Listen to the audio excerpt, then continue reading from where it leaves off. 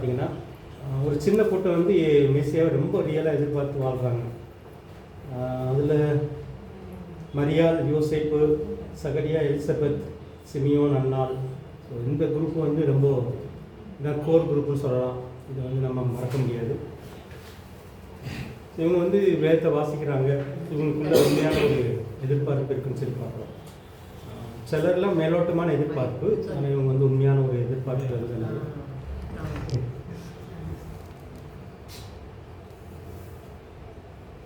So மரியாள் வந்து இயேசுவை ஏற்றுக்கொள்ள தயாராக இல்லை அப்படின்னா என்ன இருக்கும்?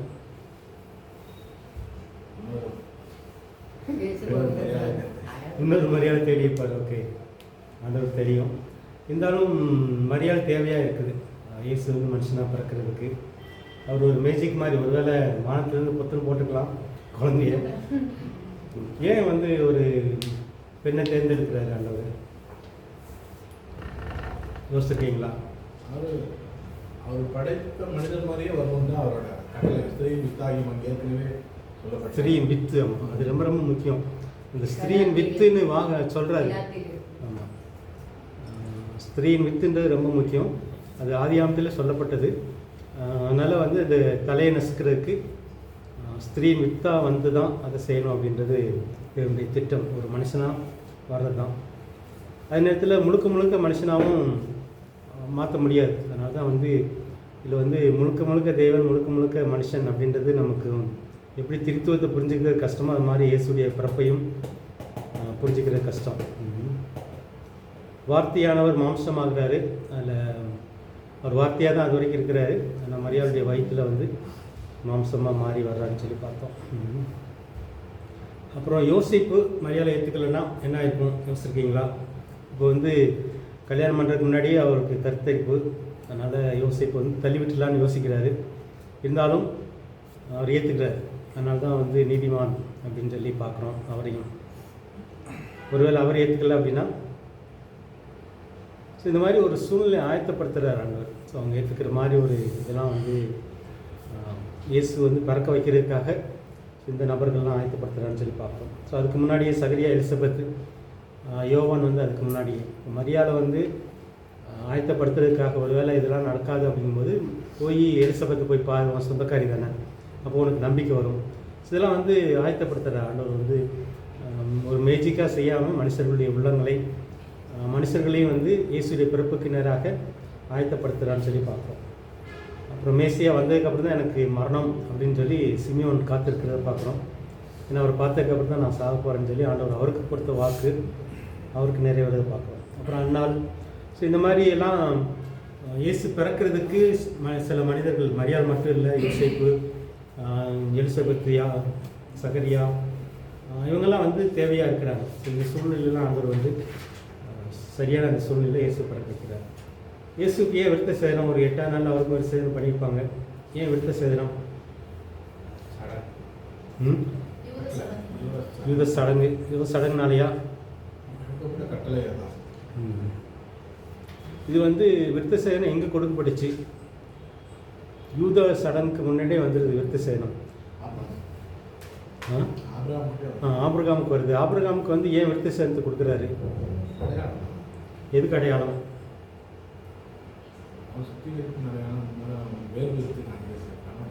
உடன்படிக்கையின் அடையாளம். ரொம்ப நீங்கள் புரிஞ்சுக்கணும்.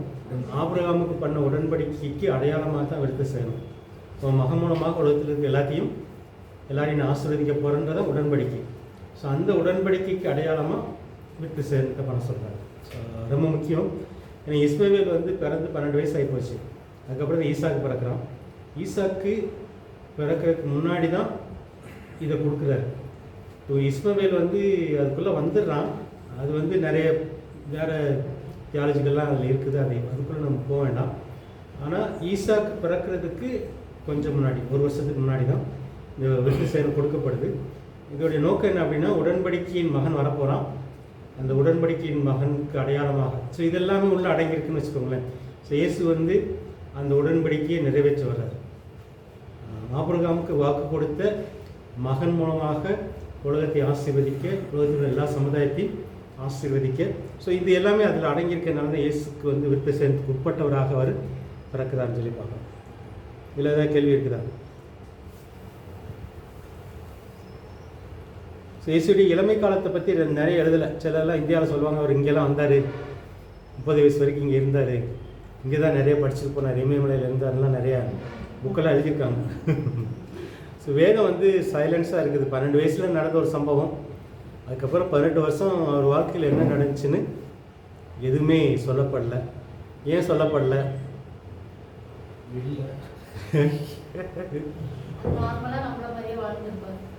ஆமாம், சில பேர் சொன்னாங்க, அந்த ரிஷிகள் மத ரிஷி இவங்கெல்லாம் வந்து சேம் இதே அழிவில்லாமல் இன்மார்டாலிட்டிக்கு தான் அவங்க சொல்கிறாங்க, வேறு கான்செப்டில் சொல்கிறாங்க. நித்யானந்தாவும் இதை தான் அடிச்சு விட்றாரு, ஆனால் இதே கான்செப்டை கொஞ்சம் மாற்றி சொல்லியிருக்காங்க. அதனால் இங்கே வாழ்ந்துருக்காங்க அப்படின்னு சொல்கிறாங்க. அதுக்கு பைபிளில் அந்த ப்ரூஃப் கிடையாது. அப்படி சொல்கிறவங்க வந்து இயேசுடைய மரணத்தையும் ஏற்றுக்கொள்வது கிடையாது.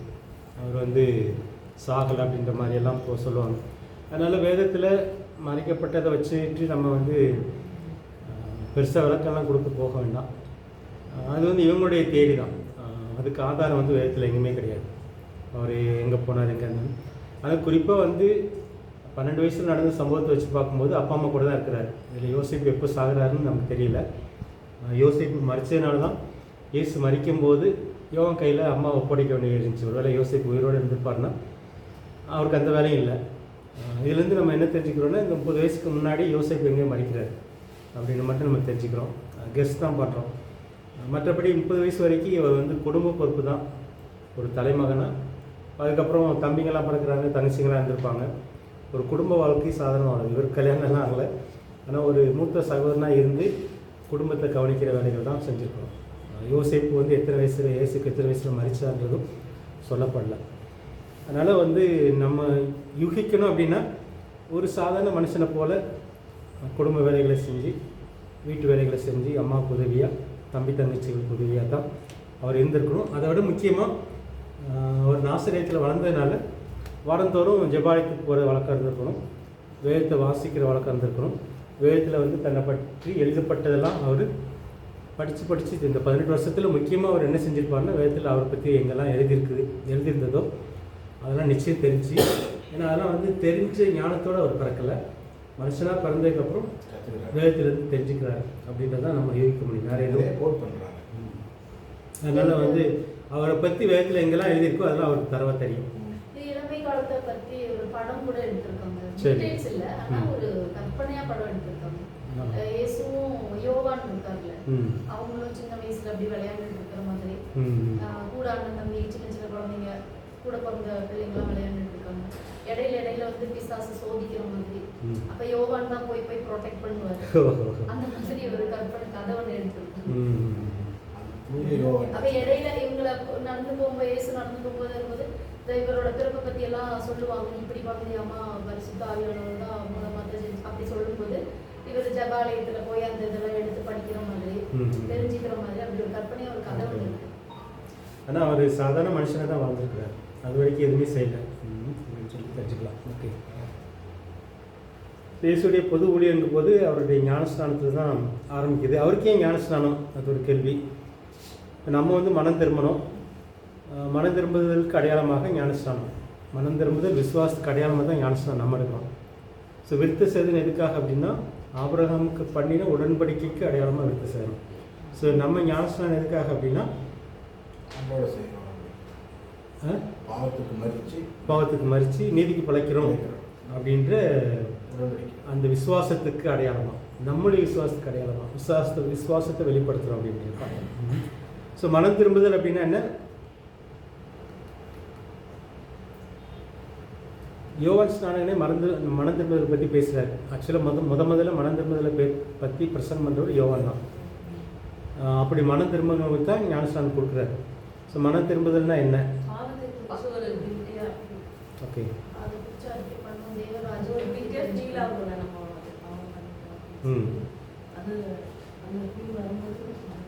ஓகே, அன்னைக்கு ஒரு சட்டங்களை வச்சு தான் சொல்லியிருக்கிறாரு. அன்னைக்கு அவரே யோவான் ஸ்நானகனே வந்து புதிய உடன்படிக்கை பற்றி தெரியல பேச சொன்னார். இயேசு கிறிஸ்துவையும் ஒரு கட்டத்தில் ஒரு கேள்வி கேட்டாங்க ஜெயிலில். அதனால் பழைய சட்டங்களுக்கு விரோதமாக தான் அப்போ மனுஷன் இருக்கிறான். வீரன்பாவின் குட்டிகளே ஸோ அவர் வந்து நீதிக்கு நேராக தான் மனம் திரும்புங்கள் அப்படின்னு அது சொல்லியிருக்கோம். மனம் திரும்புங்கள் அப்படின்றது வந்து பாவத்தை விட்டு சட்ட ஒழுங்கை எல்லாம் கடைபிடிக்காமல் இருக்கீங்க, பிரமாணங்களை விட்டு திரும்புங்கள் அப்படின்றது தான் அவரோட போடுங்க. இப்போ யோவானை பொறுத்தவரையில் வந்து அவர் வந்து பிரமாணத்தை முடிவு கொண்டு வருகிறவர். இந்த யோவான் வரைக்கும் அப்படின்ற மாதிரி இயேசு ஒரு இடத்துல சொல்லுவார். அந்த யோவான் பின்பு அப்படின்றதுல கொஞ்சம் வித்தியாசம் இருக்கும். ஸோ யோவான் வந்து ரெண்டுக்கும் இடையில் நிற்கிறார். பழைய உடன்படிக்கைக்கும் புதிய உடன்படிக்கைக்கும் இடையில் நிற்கிறாரு. அதுக்காகத்தான் வந்து தேவன் வந்து அந்த மக்களை வந்து அதிலேருந்து மாற்ற விரும்புகிறாரு. பழைய உடன்படிக்கை வந்து புதிய உடன்படிக்கைக்குள்ளே மாற்ற விரும்புகிறாரு. ஆனால் யோவான் தான் முதல்ல மனம் திரும்பலை பற்றி பேசுகிறாரு. குறிப்பாக யோவான் சொல்லும்போது பார்த்தீங்க அப்படின்னா என்ன சொல்ல வர்றாருன்னா, மேசியா வர்றாரு, அவருக்கு வழியை ஆயத்தப்படுத்துங்க அப்படின்றது தான். ஸோ வழியை ஆயத்தப்படுத்துறது தான் இவருடைய வேலை. இயேசுவை வந்து மக்கள் ஏற்றுக்கிறதுக்குரிய மனநிலையை உருவாக்கணும். முக்கியமாக யோவான் என்ன சொல்லார் அப்படின்னா, நீங்கள் வந்து கடவுளுடைய வழியை விட்டு மாறி வாழ்கிறீங்க. ஸோ அவருடைய மனம் திரும்புதல், யோவானுடைய மனம் திரும்புதல் அப்படின்னா என்னென்னு பார்த்தீங்கன்னா, நீங்கள் வந்து கடவுளுடைய வழியில் வாழலை, கடவுள் காற்று வலிக்கினார உங்கள் மனசை திருப்புங்க அப்படின்றது தான் யோவானுடைய மனம் திரும்புதலுடைய சத்தியம். நமக்கு மனம் திரும்புதல் அப்படின்னா என்னது? இயேசுடைய பிரசங்கத்தில் மனம் திரும்புதல். இயேசு என்ன சொல்கிறாரு? இந்த ஞானஸ்தானத்துக்கு பதிலாக அடைக்கிறதுக்காக தான் நம்ம பேசுகிறோம். அந்த மனம் திரும்புதல்னா கடவுளுடைய வழியிலேருந்து விலகி வாழ்கிறவங்க தேவ வழிக்கு திரும்புங்க. ஸோ அதுதான் திரும்புங்கன்றது தான் அவருடைய பிரசங்கம், மனம் திரும்புதல் பிரசங்கம். ஆனால் தேவ வழி எது அப்படின்னு காட்டுறது தான் இயேசு. அவர் வந்து அதை சொல்லிட்டு போயிட்டார். யோவான் வந்து கடவுளுடைய வழிக்கு நீங்கள் திரும்புங்க. இது வரைக்கும் நீங்கள் வேறு உங்கள் வழியில் போயிட்டுருக்கீங்க, ஆனால் இப்போ வந்து கடவுளுடைய வழிக்கு திரும்புங்க. கடவுள் ஒரு வழியை ஆயத்தப்படுத்துகிறார். அந்த நபரே காமிச்சு கொடுக்குறாரு. அதுதான் இப்போ வந்து இயேசுங்க தான் அந்த வழி அப்படின்றத வந்து யோவான் சுட்டி காட்டிட்டு போகிறார். அவர் இப்போ வந்து இயேசுடைய வழிக்கு நம்ம திரும்பணும் அப்படின்றது தான். இப்போ இயேசுக்கு ஏன் ஞானஸ்தானம், அந்த கேள்வி தான் நம்ம திரும்ப யோசிக்கணும். இப்போ நமக்கு வந்து நம்ம சொந்த வழியில் போகிறோம், அல்லது சமுதாய வழியில் போகிறோம், அல்லது குடும்ப வழியில் போகிறோம். இப்போ வந்து இயேசுடைய வழியில் நம்ம திரும்பணும். அந்த இதுதான் அதில். ஸோ அதில் இது அடங்கியிருக்கு. நம்ம பாவத்துக்கு மறிக்கிறது வந்து தண்ணியில் முழுகிறதுக்கு அடங்கியிருக்குது. தண்ணியை விட்டு எந்திரிக்கும் போது வந்து பின்னாடி பவுல் தான் வளர்க்குறாரு. அது வரைக்கும் இது ரொம்ப வழக்கமான சொல்லப்படல. பாவத்துக்கு மறித்து நீதிக்கு பிழைத்திருக்கிற தான் ஞானஸ்நானத்தின் அடையாளம் அப்படின்னு சொல்லி பார்க்குறோம். நம்ம நீதி இல்லை, தேவ நீதிக்கு பிழைத்திருக்கிறோம் அப்படின்றது. ஸோ இயேசுக்கு ஏன் ஞானஸ்நானம்? இயேசுக்கு இதெல்லாம் தேவையில்லையே. முதல் பேரான குமாரன் நமக்கு. ஓகே, அது நமக்கு வந்து இப்போ அவருடைய நீதிக்கு தான் நம்ம போகணும். அவருடைய நீதியை தான் நமக்கு தேவை. இப்போ நம்ம ஞானஸ்நானம் எடுக்கும்போது வந்து நம்ம வந்து ஆதாமுக்கு மறிக்கணும். ஸோ ஆதாம் அவருடைய வழியும் ஆதாமுடைய வாழ்க்கைக்கு நம்ம மறிக்கிறோம். கடைசி ஆதாமாக்கி இயேசுடைய நீதிக்கு நம்ம பிடிச்சிருக்கிறோம்னு சொல்லி நமக்கு அது தேவை. இயேசுக்குள்ளே மறித்தல் இயேசுக்குள்ளே உயிர்த்தெழுதல் அப்படின்றது நமக்கு தேவை. ஆனால் இயேசுக்கு ஏன் தேவை யோசிக்கிறீங்களா? அதுதான் ரொம்ப முக்கியம். வந்து ஒரு மனுஷனாக இவர் ஏற்றுக்கிறார் நம்முடைய பாவத்தை. அதனால தான் இயேசு சொல்லும்போது சாகிறதுக்கு முன்னாடி ஒரு வார்த்தை சொல்லுவார், நான் முழுக வேண்டிய ஸ்நானம் இன்னொன்று இருக்குது அப்படின்பார். ஸோ இவருடைய முழுக்கு அப்படின்றது வந்து சாகிறது தான். இவர் உண்மையிலே சாகணும். இது இவர் சாகிறது இல்லை, நம்மளை சாகடிக்கணும். ஸோ இது வந்து ஸ்பிரிச்சுவலாக ஒரு நடக்கிற ஒரு காரியம்.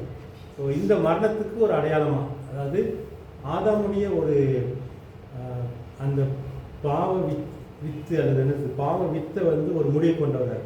ஸோ இந்த உயிர்த்தலை பற்றி பவுல் பின்னாடி விளக்கும்போது விதையை பற்றி விளக்குவார். ஒரு விதையை நீங்கள் மண்ணில் போட்டிங்க அப்படின்னா அந்த விதை வந்து மண்ணோடு சேர்ந்து மக்கணும். மக்கினா தான் அதுலேருந்து ஒரு முளைத்து ஒரு செடி வரும். அது மக்கலை அப்படின்னா அந்த விதை அப்படியே இருக்கும். ஸோ இங்கே நடக்கிறது என்ன அப்படின்னா, இந்த ஆதாமுடைய விட்டு பாவம் விட்டு அதை வந்து இயேசு அந்த பாவத்தை ஏற்றுக்கிட்டு அவரை மரணத்துக்கு உள்ளாக்குறார். ஸோ இவர் வந்து மரணத்துக்கு உள்ளாக போகிறன்றதுக்கு ஒரு அடையாளம் தான். நான் உண்மையிலேயே வந்து ஆதாமுடைய அந்த லீனியேஜுக்கு ஒரு மரணத்தை கொண்டு வரேன், முடிவை கொண்டு வரேன் அப்படின்றதுக்கு ஒரு அடையாளம் தான் இயேசுடைய ஞானஸ்நானம். நான் ஒரு புதிய சமுதாயத்தை அல்லது புதிய இனத்தை உருவாக்க போகிறேன். ஸோ இயேசு அந்த ஞானஸ்நானத்தில் இது ரெண்டு அடங்கியிருக்கு. ஸோ ஆதாமுடைய அந்த பாவ சந்ததியை வந்து முடிவுக்கு கொண்டு வந்து இவருக்குள்ளாக உருவாக்குகிற ஒரு புதிய சந்ததியை, பரிசுத்த சந்ததியை, நீதியின் சந்ததியை உருவாக்க போகிறத அதற்கு ஒரு அடையாளமாக தான் இதெல்லாம் செய்கிறேன். இதெல்லாம் வந்து அடங்கியிருக்குது. இந்த சத்தியமெல்லாம் இயேசுடைய ஞானஸ்நானத்துக்குள்ளே அடங்கியிருக்கு. அதனால தான் இயேசு சொல்லுவார், மரணத்துக்கு முன்னாடி நான் வந்து இப்போ சாக போகிறேன், இதா என்னை மகிமைப்படுத்தப்படுகிற வேலை வந்ததுன்னு சொல்லுவார். அந்த இடத்துல தான் சொல்லுவார், கோதுமை மணியானது செத்ததே ஆகில் இது எல்லாமே அதுக்குள்ளே அடங்கியிருக்கு. இயேசு வந்து அங்கே போய் செத்தா தான் ஒரு புதிய இனத்தை, அது ஒரு நீதியின் ஜாதியை, அந்த பரிசுத்த ஜாதியை தன்னோடு சேர்த்து எழுப்ப முடியும். ஸோ அப்படின்றதுக்கெல்லாம் அடையாளமாக இந்த ஞானஸ்நானத்தை எடுக்கிறார். ஸோ இவ்வளோ சத்தியங்கள் அடங்கியிருக்கு. ஆனால் உண்மையிலே நடக்கிறது இயேசுடைய மரணத்திலையும் உயிர்த்தெழுதலேருந்து அது நடக்குதுன்னு சொல்லி பார்ப்போம். இல்லை ஏதாவது கேள்வி இருக்கிறாங்க? ஸோ பாவத்துக்கு மரணம், தெய்வ நீதிக்கு பிழைப்பு. அதான் நம்ம எடுக்கும்போது நான் இயேசு கூட சேர்ந்து பாவத்துக்கு சாகிறேன், நான் இயேசு கூட சேர்ந்து கடவுளுடைய நீதிக்கு அல்லது இயேசு நீதிக்கு நான் பிழைத்திருக்கிறேன்னு சொல்கிறேன். ஸோ ஞானஸ்நானத்தில் எந்த சத்தியங்கள் அடங்கியிருக்குது. அதுக்கப்புறம் 40 நாள் சோதனை உங்களுக்கு தெரியும். ஸோ இயேசுக்கு வந்து இந்த 40 நாள் சோதனை, இப்போ நீங்கள் விசா சொல்லும்போது அந்த படத்தில் வந்து வாலிபனாக இருக்கும்போது சோதிக்க வந்தான், இதெல்லாம் எழுதப்படலை. அவருக்கு வந்து சோதனை வந்த மாதிரி தெரியல, வந்தால் எழுதியிருக்கணும். ஆனால் இங்கே ஞானஸ்நானம் எடுத்த உடனே சோதனை வருது. அதுக்கு முன்னாடி சோதனை வந்திருக்குமா இயேசுவுக்கு? 30 வயசுக்கு முன்னாடி, 30 வயசில் ஞானஸ்நானம் எடுக்கிறதுக்கு முன்னாடி சோதனை வந்து ஏன்னா 2 வயசு இருக்கும்போது குழந்தைக்கெல்லாம் உருவானுச்சு பிரச்சனை. அதனால் சோதனை தொடர்ந்து அவருக்கு இருந்துக்கணும். ஏன்னா எதுக்கு போகிறாரு வராரு, சுற்றி போகிறாங்க, குழந்தைய காப்பாற்றுறாங்க, அதெல்லாம் ஒரு கொஞ்சம் சோதனை தான். 40 நாள் சோதனைன்றது வந்து அது ஒரு விசேஷமாக நமக்கு வரக்கூடாதுன்னு போய்ட்டு அவர் பண்ணிட்டாரு. நமக்கு அது வந்து ஊழியத்துக்கு குறித்ததான ஒரு சோதனையாக இருக்கலாம். ஒரு வேலைக்கு ஓகே ப்ரிப்பரேஷன் பண்ணுறாரு. ஆனால் அதுக்கு முன்னாடி ஒரு மனுஷனுக்கு வர உணர்வுகள், ஃபீலிங்ஸ் அதெல்லாம் வந்திருக்கலாம். அதெல்லாம் வந்து ஒரு அனைத்து ஆளுநர் நம்ம பலவிதமான சோதனைன்னு சொல்லி யாக்கோவில் பார்த்தோம். அதில் ஒரு சோதனை வந்து பிசாசினால் வருது, இன்னொரு சோதனை நம்முடைய மாம்ச இச்சையினால் வருது, இன்னொன்று தேவனால் வருகிறது. ஸோ இந்த சோதனை இவருக்கு வந்து இந்த 40 நாள் சோதனை வந்து எந்த சோதனை? ஆவியானவர். ஓகே, இப்போ தேவன் தான் சோதிக்கிறார், ஆவியானவர் தான் சோதனைக்கு உட்படுத்துகிறாருன்னு சொல்லி பார்க்கணும், அனுமதிக்கிறார். ஆவியானவர் வந்து ஆமாம், இங்கே வந்து சாத்தான் சோதிப்பதற்கு சோதனைக்கு உட்படுத்தப்பட்டார் அப்படின்னா சோதனைக்கு உட்படுத்தப்பட்டார். அப்போ இங்கே வந்து சாத்தான் சோதிப்பதற்கு ஆவியானவரே வந்து அனுமதிக்கிறாரு அல்லது கூட்டிகிட்டு போகிறாரு அப்படின்னு சொல்லி பார்க்கணும். அப்போ வந்து மற்ற சோதனை வந்து அவருக்கு இருந்திருக்கலாம், அதை பற்றி வெளிப்படையில் சொல்லப்படல. ஆனால் சோதனையில் எங்கேயும் நம்மளை மாதிரி தோற்று போனதாக இல்லை. ஒருவேளை சோதனையில் இப்போ வந்து நமக்கு ஏற்படுகிற இச்சையின் சோதனை, அவனவன் தன் சுய இச்சையில் அழுத்தப்பட்டு சோதிக்கப்படுகிறான். ஸோ இந்த சோதனை இயேசுக்கு இருந்திருக்கலாம், ஆனால் சோதனையில் அவர் வந்து தோற்றுறதுக்கு வாய்ப்பு இல்லை அப்படின்றதான் பொதுவான ஒரு தியாலஜி. ஏன் அதை சொல்கிறோம் அப்படி? ஓகே, இப்போ நம்மளை மாதிரி ஆனால் இன்னொரு இடத்துல நம்மளை போல எல்லா இடத்துலையும் சொல்லி அவர் நம்ம சொல்லிக் கொடுக்க என்ன பேர் சொல்ல சோதனைக்கு உட்படுத்தாதீங்கள் இதாகன்னு சொல்லி ஒரு வார்த்தையை ஜபத்தில் வந்து அது வருது. அதாவது சோதனைக்கு உட்படுத்தாதீங்கன்னு இல்லை, அது நாங்கள் மீனிங் பேஸ்ட் டிரான்ஸ்லேஷனில் எப்படி எழுதுவோம் அப்படின்னா, சோதிக்கப்படும் பொழுது அது சிக்கிக்கொள்ளாத இருக்க எங்களுக்கு உதவி செய்யும் தான் இருக்கும். இந்த அர்த்தம் அதுதான். விற்காம இருந்தாலே சரி, எது சிக்கிக்கலாமல் பார்த்துக்கலாம். இப்போ சோதனைக்கு உட்படுத்தாதபடினா நீங்கள் சோதனையே எனக்கு தராதங்கன்னு வந்துடும். அதான் நாங்கள் சொல்கிறதுல உள்ள வித்தியாசம். இப்போ வந்து சோதனை வந்து மனுஷனுக்கு நெருங்கிற சோதனை இல்லாமல் வேறு சோதனை உங்களுக்கு இல்லை. தூதர்களுக்கு வேறு சோதனை இருக்குமா இருக்கும், நமக்கு தெரியும். இப்போ நமக்கு ஒரு சோதனை வருதுன்னா ஒன்று நம்மளுடைய இச்சையினால் வரணும். லைனே வேண்டாம், எதுக்கு போய் அவர்கிட்ட போய் கேட்டு வாங்கிக்கிட்டு சோதனை சோதனை கேட்கறதுனால வரும். அதைத்தான் நான் சொல்ல வரேன். இப்போ வந்து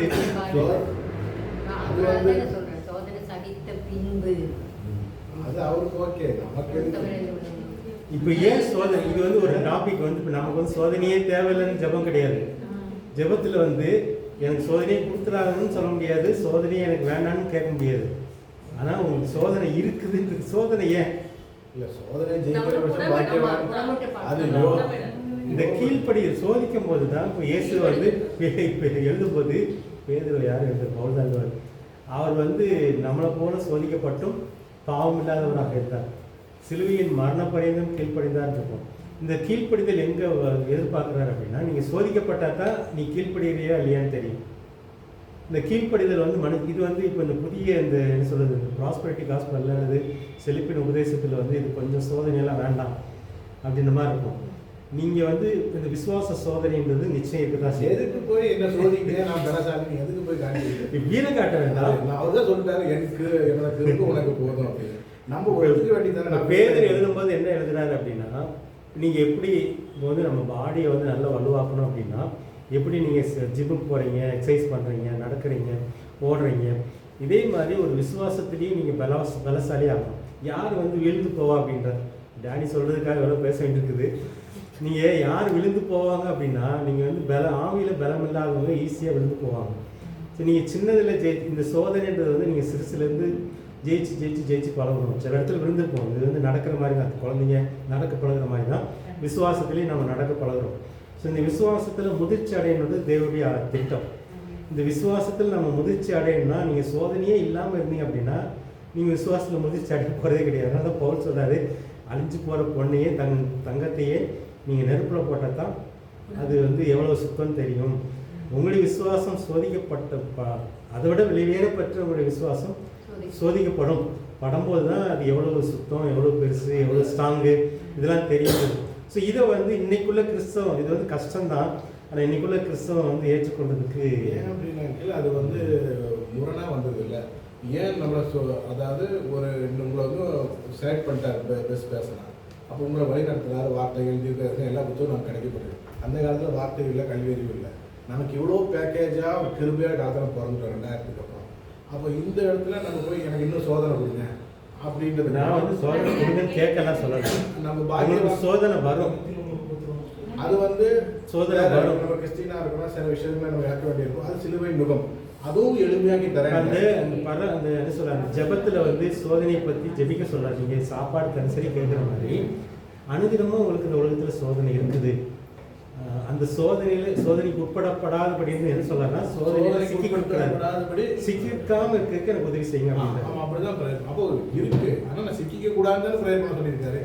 அப்ப நம்ம இல்ல நான் பட்டுக்கிறேன், நான் இன்னும் சுத்தமாகறேன் வந்துட்டு அது ஒரு மாம்சிக கிரியேட்டர். அவர் தான் நம்மளை வந்து பியூர் பண்ணுவாரு. நம்ம போய் பாருங்க நானே பியூர் பண்ணிக்கிறேன். இப்போ யாரும் வந்து அது மாதிரி கேட்க போறது கிடையாது. நீங்க வந்து சோதனை வந்து யோபு சொன்ன அதை சொல்றாங்க. சோதனை யோபு கேட்டாரா? யோபு போட்ட பாடு தெரியும். சோதனை 2000ல பிறந்துட்டோம், அவர் அப்போ பிறந்து மாட்டிட்டாரு. அப்ப அதனால நம்ம அந்த கேரக்டர் நமக்குள்ள கொண்டு வர்றது இல்லை. அந்த கேரக்டர்ல இப்போ யோபுமே சோதனை வேணும்னு கேட்கல, ஏன் என்ன சோதிக்கிறேன்னு தான் கேட்டார். சோதனை யாருக்கு வந்தாலும் ஆண்டவரே என்னை ஏன் இப்படி சோதிக்கிறேன்னு கேட்பாங்க. ஆனால் நீங்கள் சோதிக்கப்படும் போது அப்படி கேட்காம இந்த சோதனை ஜெயிக்கிறதுக்கு எனக்கு ஞானம் கொடுங்கன்னு கேள்வி. யாக்கோபு எழுதும்போது எழுதுவார், ஒருவன் ஞானத்தில் குறைவுள்ளவனாக இருந்தால் தேவனிடத்துல கேட்டு பெற்றுக்கொள்ளுங்கள். சோதனையை சகிப்பதற்கும் தேவன் சோதிக்கிறாருன்னா சகிக்கணும், சாத்தான் சோதிக்கிறாருன்னா எதுக்கணும். நமக்குள்ள சோதனை, நம்ம இச்சையினால சோதனை வருதுன்னா அதையும் ஜெயிக்கணும். இதுக்கெல்லாம் தேவையானது ஞானம். அது வேத ஞானமா இருக்கலாம், தேவ ஞானமா இருக்கலாம். அந்த ஞானத்தை இந்த ஞானம் தான் அவசியம். இதுமே இது டோட்டலா எனக்கு வேண்டாம்னு யாரும் சொல்ல முடியாது. சொன்னீங்கன்னா நீங்க வந்து விசுவாசம் மறுபடியும் யோகம் போயிட்டீங்க பாருங்க. இல்ல என்னோட நுகம் இருக்கும், நமக்கு பாடு நமக்கு இருக்கு. ஆனா அவர் என்னோட நுகம் உனக்கு இந்த இடத்துல நுகம் அது வந்து ஹெல்ப் பண்றாரு. சோதனைக்கும் நுகத்துக்கு கொண்டு போயிடக்கூடாது. நுகம்னு என்ன சொல்றாருன்னா, வருத்தப்பட்டு பாரம் சுமக்கிறவர்களே. இந்த வருத்தப்பட்டு பாரம் எங்கெல்லாம் வருது அப்படின்னா, உலக கவலை, உலகத்தில் எப்படிதான் பிழைக்க போறணும்னு சொல்லி நுகத்தை சுமக்கிறாங்க நிறைய பேர்.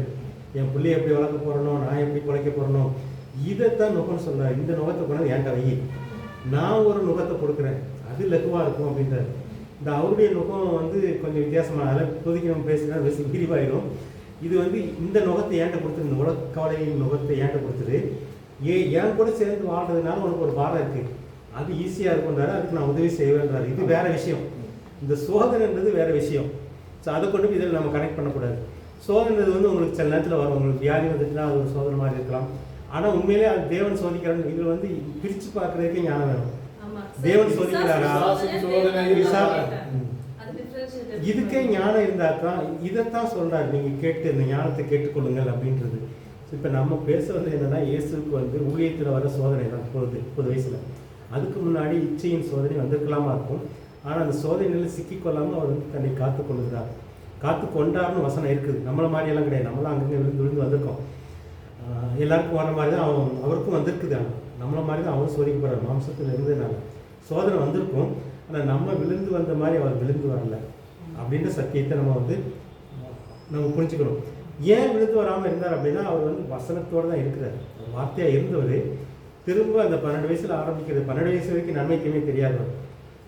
அங்கேயும் அவர் தப்பு பண்ணியிருக்க முடியாது. ஆனால் அதுக்கப்புறமும் அவர் வந்து தீமை வந்து அவரை மேற்கொள்ளாதபடி வேத வசனத்தின்படி தன்னை காத்துக்கொள்கிறார். இதுதான் அவருடைய வாழ்க்கையில் நினச்சி நமக்கு அந்த வாய்ப்பு இல்லை. நமக்கு 12 வயசு ஆனதுக்கப்புறம் நம்மளும் இயேசு மாதிரி வசனத்தை மட்டும் படித்து வசனத்தில் என்னை பற்றி எழுதியிருக்குதுன்னு தெரிஞ்சு அந்த வசனத்தின் படி மட்டும் வாழ்ந்திருப்போம் அப்படின்னா எங்கே வந்திருக்க மாட்டோம்.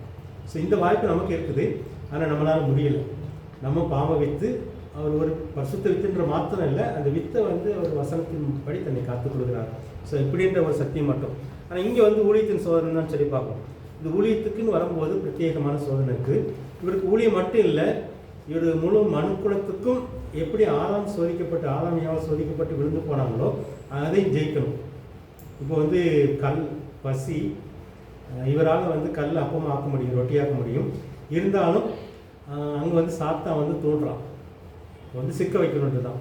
இதுதான் நம்ம கீழே பார்க்கணும்.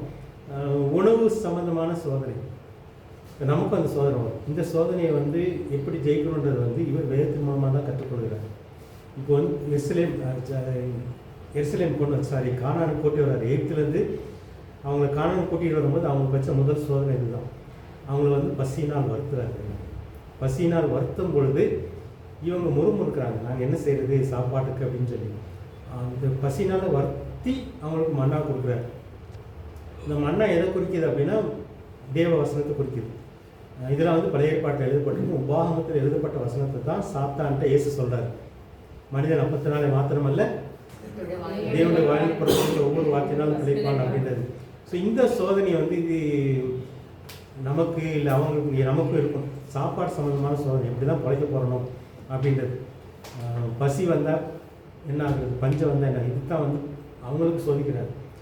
நம்ம வந்து இந்த சோதனை இல்லைன்னு இப்போ டேனி சொல்கிறது என்னால் ஏற்றுக்க முடியலன்னா, இதே மாதிரி எப்படி இஸ்ரேல் ஜனங்களுக்கு என்ன நடந்துச்சோ அதே மாதிரி நமக்கு அவங்களுக்கு நடந்ததெல்லாம் ஒரு மாதிரியாக எழுதப்பட்டிருக்கு. நீங்கள் குழந்தை வாசிக்கும்போது பார்த்தீங்கன்னா இதெல்லாம் ஏன் அவங்களுக்கு நடந்துச்சு அப்படின்னா ஒரு சாம்பிள் கொடுக்குறாரு. உனக்கும் இந்த மாதிரி நடக்கும், நீ வந்து செங்கடலில் கிடக்கிற மாதிரி நீங்கள் ஞானஸ்நானம் எடுப்ப, எடுத்ததுக்கப்புறம் நீ நடந்து வரும்போது உனக்கு சாப்பாடு சம்மந்தமான சோதனை வரும்.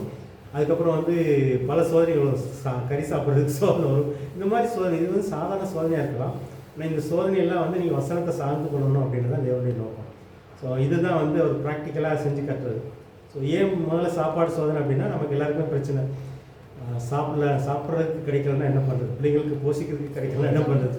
ஸோ இந்த மாதிரி சோதனை வந்து யாரும் தப்பிக்க முடியாது.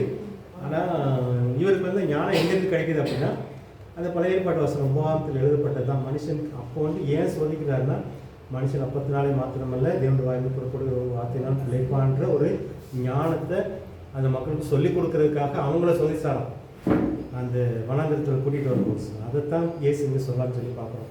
ஸோ முதல் சோதனை அது வந்து ஒரு சாம்பிள் நமக்கும் அதில் இருக்குது. அதில் வந்து தப்பிக்கிறதுக்குலாம் வாய்ப்பு இல்லை. கவர்மெண்ட்டே ஃப்ரீயாக சொல்லிட்டு ஆண்டவர் அப்படி கருதி கவர்மெண்ட்டே அரிசி கொடுத்தாக்கப்புறம் எனக்கு மீன் கிடைக்குமா இறைச்சி கிடைக்குமா, மீன் கிடைக்குமா இறைச்சி கிடைக்குமா, இப்போதைக்கு அது இப்போ ஒரு காலம். ஆனால் ஒரு காலகட்டம் இருந்துச்சு. ஆனால் நமக்கு சொல்கிறேன் 2000 நமக்கு வந்து ஆண்டோட கிருபை நிறைய இருக்குது. இப்போ வந்து முன்னாடி கஷ்டம். இப்போ ஸ்டான்லி வந்து சொல்லும் போது சொல்லுவார், நமக்கு சோதனை வந்து ரொட்டி கிடைக்குமா கிடைக்கலான்னு சோதனை இல்லை, கேக்கு கிடைக்குமா கிடைக்காது. அந்த மாதிரி நம்மளுடைய நிலம் கொஞ்சம் மாறிடுச்சு, அவ்வளோதான். நமக்கு அந்த மாதிரி வந்துச்சு. அதாவது சோதனை எது தான் இருக்கும். இப்போது பக்கத்து வீட்டுக்காரங்க பிள்ளைங்கள்லாம் எங்கேயா போய் சாப்பிடும், அதுக்கேற்ற மாதிரி நம்மளும் சாப்பிட முடியும். அந்த மாதிரிலாம் நிறைய சோதனை. ஸோ இந்த மாதிரி சோதனை இருக்கும். ஆனால் நீங்கள் தெரிஞ்சுக்க வேண்டியது வந்து உங்களுக்கு சோதனை ஜெயிக்கிறது செய்கிறது ஞானம். சோதிக்க மாட்டாரு, நீங்களா சோதனை உண்டாக்கி. சோதனைன்னு சொல்றதை விட நமக்கு வந்து பயிற்சின்னு சொல்லலாம். தமிழில் வந்து இந்த 2 வார்த்தை இருக்குது. சாரி, ஒரு வார்த்தை இருக்கிறனால பிரச்சனை. இங்கிலீஷில் 2 வார்த்தை இருக்குது. இந்த டெம்ப்டேஷனும் டெஸ்ட்டு. ஸோ கடவுள் வந்து டெஸ்ட் பண்ணுவார், டெம்ப்ட் பண்ண மாட்டாங்க. ஸோ இங்கே வந்து டெம்ப்டேஷன் இருக்கிறதெல்லாம் சாத்தம். இது வந்து இங்கிலீஷில் ஈஸியாக புரிஞ்சுக்கலாம். தமிழில் ஒரே வார்த்தை இருக்கிறதுனால நமக்கு இந்த கஷ்டம். தேவன் வந்து நம்மளை வந்து பாவம் செய்ய தூண்ட மாட்டார், டெம்ப்ட் பண்ண மாட்டார். ஸோ இந்த வித்தியாசம் இல்லாதனால நமக்கு இந்த பழக்கம் வருது. இது கடவுள் கொடுக்குறாருன்னா சாத்தான் வந்து பாவம் செய்ய தூண்டுவான், தேவன் வந்து பாவம் செய்ய தூண்ட மாட்டார். ஆனால் தேவன் வந்து சோதிப்பார், நம்முடைய விசுவாசம் உண்மையா இல்லையான்னு சோதிப்பார். இப்போ ஆபிரகாம் வந்து தேவன் சோதித்தார், நீ உண்மையிலேயே உன் மகனை விட என்னை நேசிக்கிறியா, முழு உள்ளத்தோடு முழு பலத்தோடு முழு ஆத்மாவோடு என்னை நேசிக்கிறான். முதல் பிரமாணம் அவருக்கு இல்லை, இருந்தாலும் சோதனை அங்கே தான் வரும். நீ வந்து எல்லாத்த விட நீ என்னை நேசிக்கிறியான்ற சோதனை விசுவாச சோதனை. இதுதான் ஆபிரகாம் பஞ்சு. அவர் கத்தி எடுத்து அந்த விசுவாசத்தை கிரியில காட்ட போனார். இது வந்து யாக்கோபு பின்ன எழுதும்போது சொல்ல மாட்டார், நமக்கு பண்ண மாட்டேன்னு அவருக்கு தெரியும். அந்த அவர் ஆபிரகாமுக்கு அதாவது பண்ண மாட்டாருன்னா நீங்கள் வந்து விசுவாசத்தில் எப்பவும் குழந்தையா இருந்துக்கிறேன்னு சொன்னால் ஓகே. நீங்கள் விசுவாசத்தில் வந்து குழந்தையா இருக்கிறவங்களும் அவர் வச்சிருக்கிறாரு, விசுவாசத்தில் வீரர்களையும் வச்சிருக்கிறாரு. இது வந்து உங்களே விருப்பம். நான் விசுவாசத்தில் குழந்தையாவே இருக்கிறேன் அப்படிங்கிறவங்க நமக்கு வருமா? ஆபிரகாமுக்குள்ள சோதனை நமக்கு வரும், வேற மாதிரி வரும். நீ வந்து இப்போ நீ வேற யாரை இப்போ நம்ம வந்து எதை நேசிக்கிறோன்ற மாதிரி சோதனை சில நேரத்தில் இந்த பெரிய சோதனை வராது. உதாரணத்துக்கு வந்து ஒரு அம்மாவுக்கு வந்து ஒரு மாடு இருக்குது, ஒரு மாடு ஒரு கண்குட்டி இருக்குது, அதை வச்சு தான் முளைச்சிட்டே இருக்கிறாங்க. சில நேரத்தில் வந்து அவங்க அந்த மாடு கண்குட்டியை வச்சுட்டு சர்ச்சுக்கே போக முடியல. அப்போ வந்து அவங்க விட்டுட்டு அது அவங்களுக்குள்ள சோதனை. ஞாயிற்றுக்கிழமை ஆராதனைக்கே போக முடியல, ஒரு மாடையும் ஒரு கண்குட்டியை வச்சுட்டு போக முடியலன்னா அவங்க வந்து ஆண்டவரை நேசிக்கிறாங்களா இல்லையான்னு ஆண்டவர் சோதிக்க தான் செய்கிறார். இது வந்து அவர் சோதிக்கலாம் போடல, அவங்களுக்கு இயற்கையிலே வர ஒரு சோதனை. இப்போ இந்த மாடையும் கண்குட்டியும் நான் யார் கையில் கொடுத்துட்டு ஞாயிற்றுக்கிழமை போனால் அவங்க வந்து விசுவாசத்தில் வளருவாங்க. ஒருவேளை அவங்களுக்குள்ள விசுவாசம் இருக்கும், சர்ச்சுக்கு போக முடியல, வேதத்தை வாசிக்கிறாங்க, ஜெபிக்கிறாங்க, இந்த விசுவாசத்தில் குழந்தையாகவே இருப்பாங்க. ஆனால் நான் இதை ஏதாவது விட்டுட்டு போகிறேன், ஆண்டவருடைய மாடையும் கண்ணுட்டியும் யாரையும் வச்சு பார்த்துப்பாரு, எனக்கு ஏதாவது எப்படியா பிழைக்க வைப்பாரு. இந்த 2 காசு போட்டவளை ஏன் அப்படி சொன்னார் அப்படின்னா, அவளுக்கு இருந்ததே 2 காசு. அந்த 2 காசை போட்டுட்டு அடுத்த சாப்பாட்டுக்கு யாரை நம்புறா? தேவனை நம்புறா. அதனால விசுவாசம் வளருது. ஸோ இந்த விசுவாச வளர்ச்சி வந்து நீங்கள் சோதனைக்கு உட்படாமல் விசுவாச வளர்ச்சி வரவே வராது. நீங்கள் வந்து விசுவாசத்தில் குழந்தையா இருக்கலாம், நீங்கள் பரவத்துக்கு போயிடுவீங்க. ஆனால் விசுவாசத்தில் வீரர்கள் ஆகணும் அப்படின்றத பற்றி நம்ம பேசுகிறோம். இந்த விசுவாசத்தில் வீரர் ஆகணும் அப்படின்னு நீங்கள் யோகாவை போல நீங்கள் பெரிய சோதனைகள்லாம் சகிக்கணும் அப்படின்லாம் இல்லை. ஆனால் உங்கள் அளவுக்குன்னு ஒன்று வச்சுருக்கிறார். அவங்கவுங்க அளவுக்கு இந்த விசுவாச அளவும் இருக்குது. அது சோதனையில் வந்து நீங்கள் இது வந்து தனிப்பட்ட வாழ்க்கை நீங்கள் தேர்ந்தெடுக்கு. நீங்கள் வந்து சோதனை கேளுங்கெல்லாம் கேட்கல. திராணிக்கு மேலாமல் சோதிக்க மாட்டேன்லாம் இருக்குது. அவர் சோதனை கொடுத்தானே தப்பிக்கொள்றதுக்கு போக்கு கொடுப்பான்னு இருக்குது. அந்த சோதனையை வந்து சகிக்கிறதுக்கு பலன் கொடுப்பான்னு இதெல்லாம் இருக்குது. ஆனால் ஆண்டவர் வந்து நம்மளை சோதிக்க மாட்டார்ன்றது வந்து சரியான தியாலஜி கிடையாது. அது மட்டும் நீங்கள் வந்து மனசில் வச்சுக்கிறாங்க. ஏதோ ஒரு வழியில் அவருடைய சோதனை வருது. ஆனால் சோதனை வந்து நன்மைக்காக. ஆண்டவர் வந்து நீங்கள் பாவத்தில் சிக்க வைக்கிறதுக்காக சோதிக்கல, உங்களுடைய விசுவாசம் பொண்ணாக விளங்குவதுக்காக சோதிக்கிறாரோ இல்லையோ பிசாசு சோதிப்பான். அது இப்போ நீ சொன்ன டெம்டேஷன். நமக்கு ஒரு ஐஸ்வர்யத்தை கொடுக்குற, ஐஸ்வர்யத்தின் மிதப்பு, சத்தியத்தை விலகி போகிறது, ஒரு மேன்மை பண்ணுறது, அது வந்து பிசாசுக்குள்ள போயிடும். அதனால ஆண்டவர் 10 லட்சம் கொடுத்தனால இப்படி ஆயிட்டான்னு கிடையாது. இங்கே பார்க்கும்போது இயேசு வந்து சோதிக்கிறதுக்கு ஆவியானவர் வந்து மனசை கொடுக்குறாரு. ஆனால் சோதிக்கிறது சாத்தான். சில நேரத்தில் வந்து நம்மளால புரிஞ்சிக்க முடியாது. சாத்தான் வந்து பிரித்து பார்க்கறதே கஷ்டம்தான். ஒரே இது வந்து அதாவது சிக்க வைக்கிறதுக்கு ஆண்டவர் சோதிக்க மாட்டார்.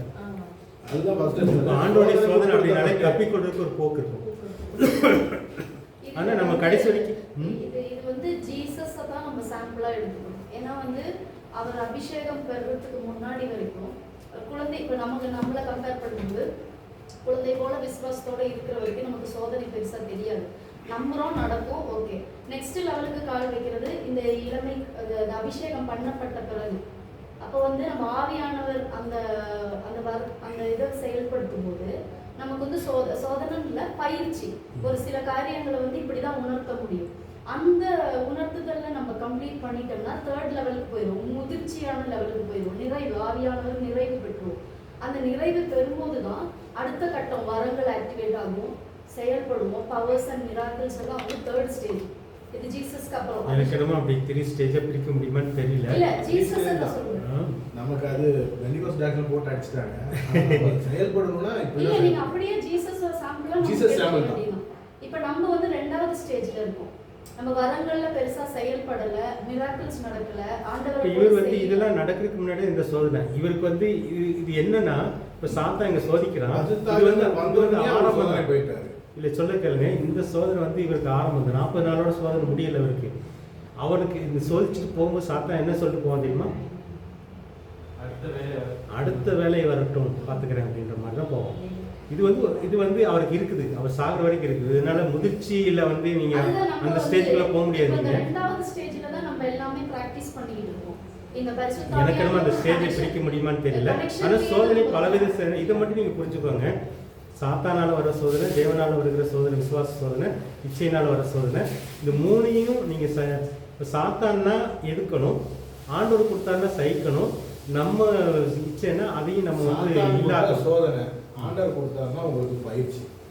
இது வந்து இது ரெண்டு தான் தமிழ்ல வந்து நமக்கு இங்கிலீஷ்ல 2 வார்த்தை இருக்கிறதுனால பிரச்சனை இல்லை. Temptation, test.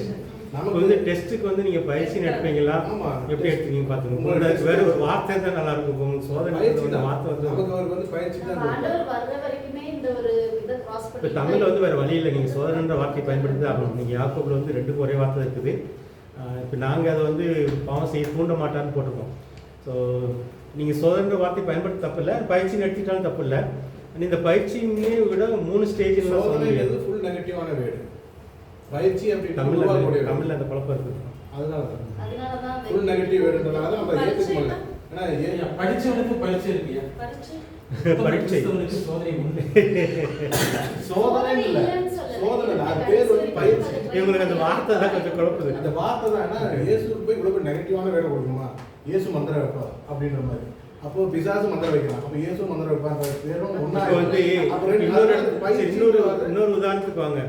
பேதுரு வந்து சாத்தான் சோதிக்க போறான். இதுக்கு வந்து இயேசுகிட்ட போய் உத்தரவு கேட்குறான், நீ சோதிச்சுக்கோன்றாரு.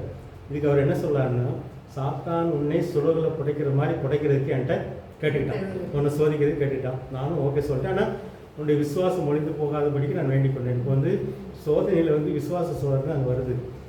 ஆனால் இவருடைய ஜெபமும் அவனுக்கு உதவுச்சு, இல்லைன்னா இல்லை. இப்போ வந்து இயேசுவே சோதிக்க அனுமதிக்கிறார். இங்கே வந்து சோதனையே பயிற்சியா,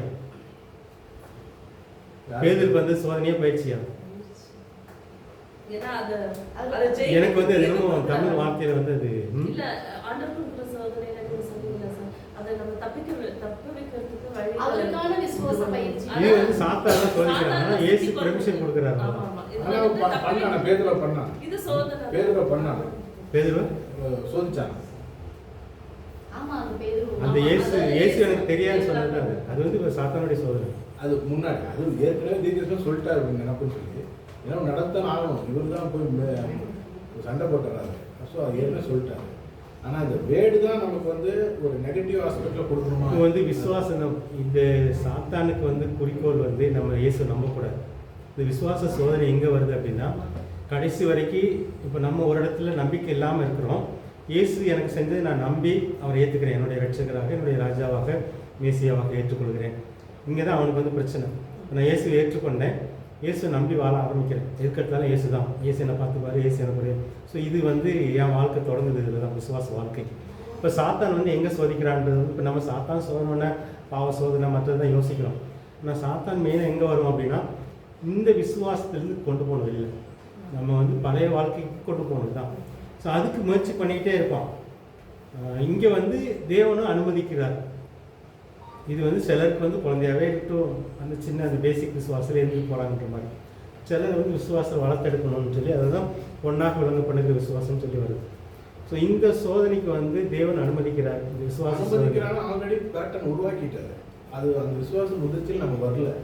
18 வயசு அந்த விசுவாசம் முதிர்ச்சி எப்போ வரும்னா, நீங்கள் எங்கே வந்து இயேசு இயேசு இல்லைன்னா பரவாயில்ல நான் பார்த்துக்கிறேன் அப்படின்ற மாதிரி வருதுன்னா, அங்கேயே உங்களுக்கு வந்து சாத்தான் ஜெயிக்க ஆரம்பிச்சிடாங்க.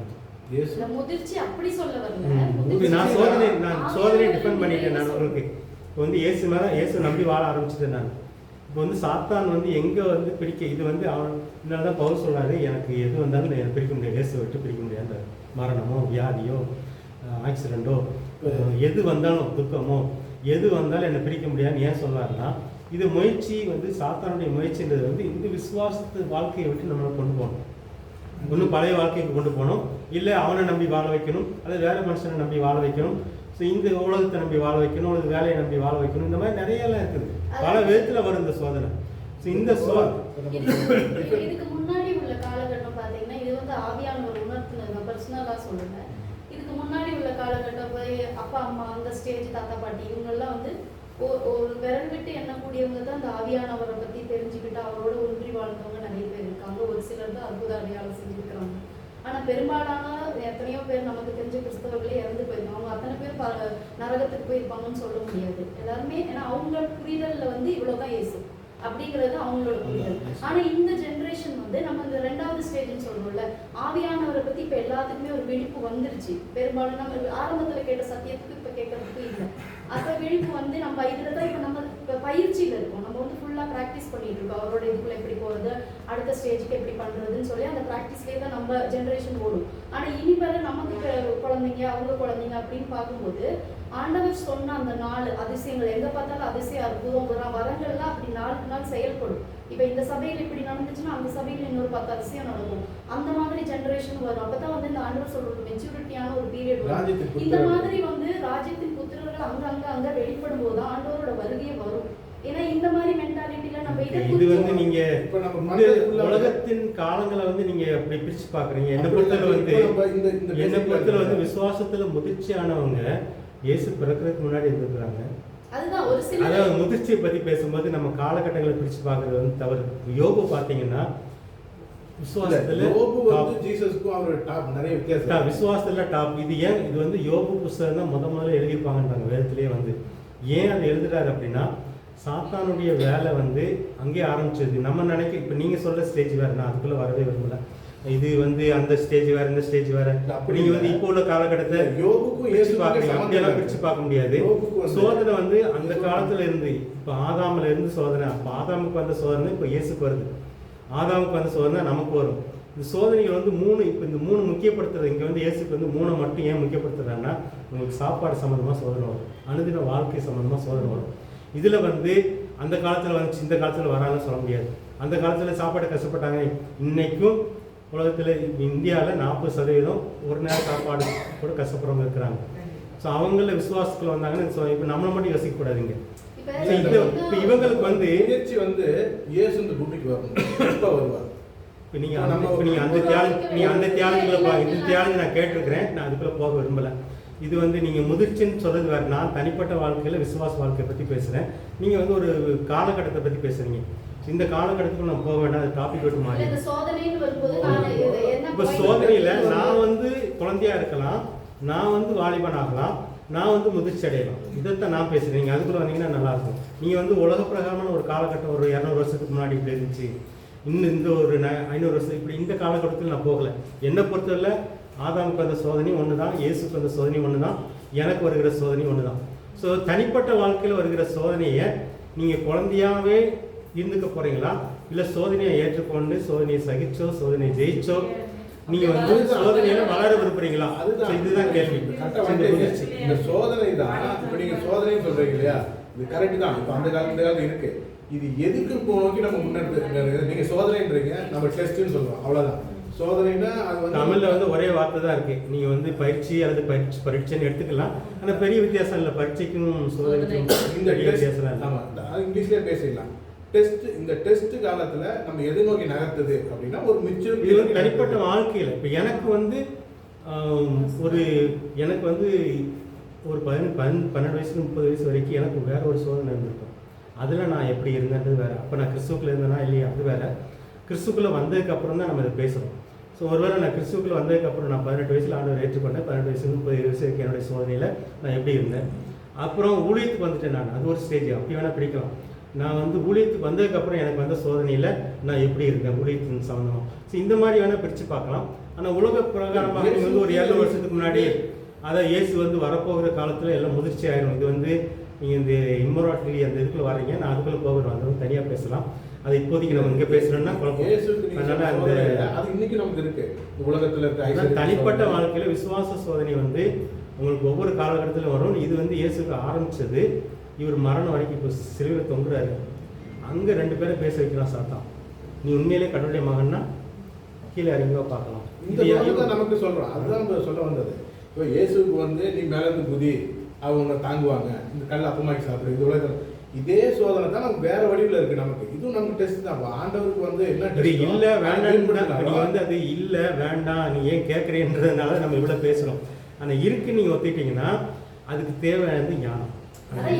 இருக்குதான், அது என்ன பயிற்சி தான். வெளியே வந்துட்டாரு, அந்த டெஸ்ட்ல பாஸ் ஆகி வெளியே வந்துட்டாரு.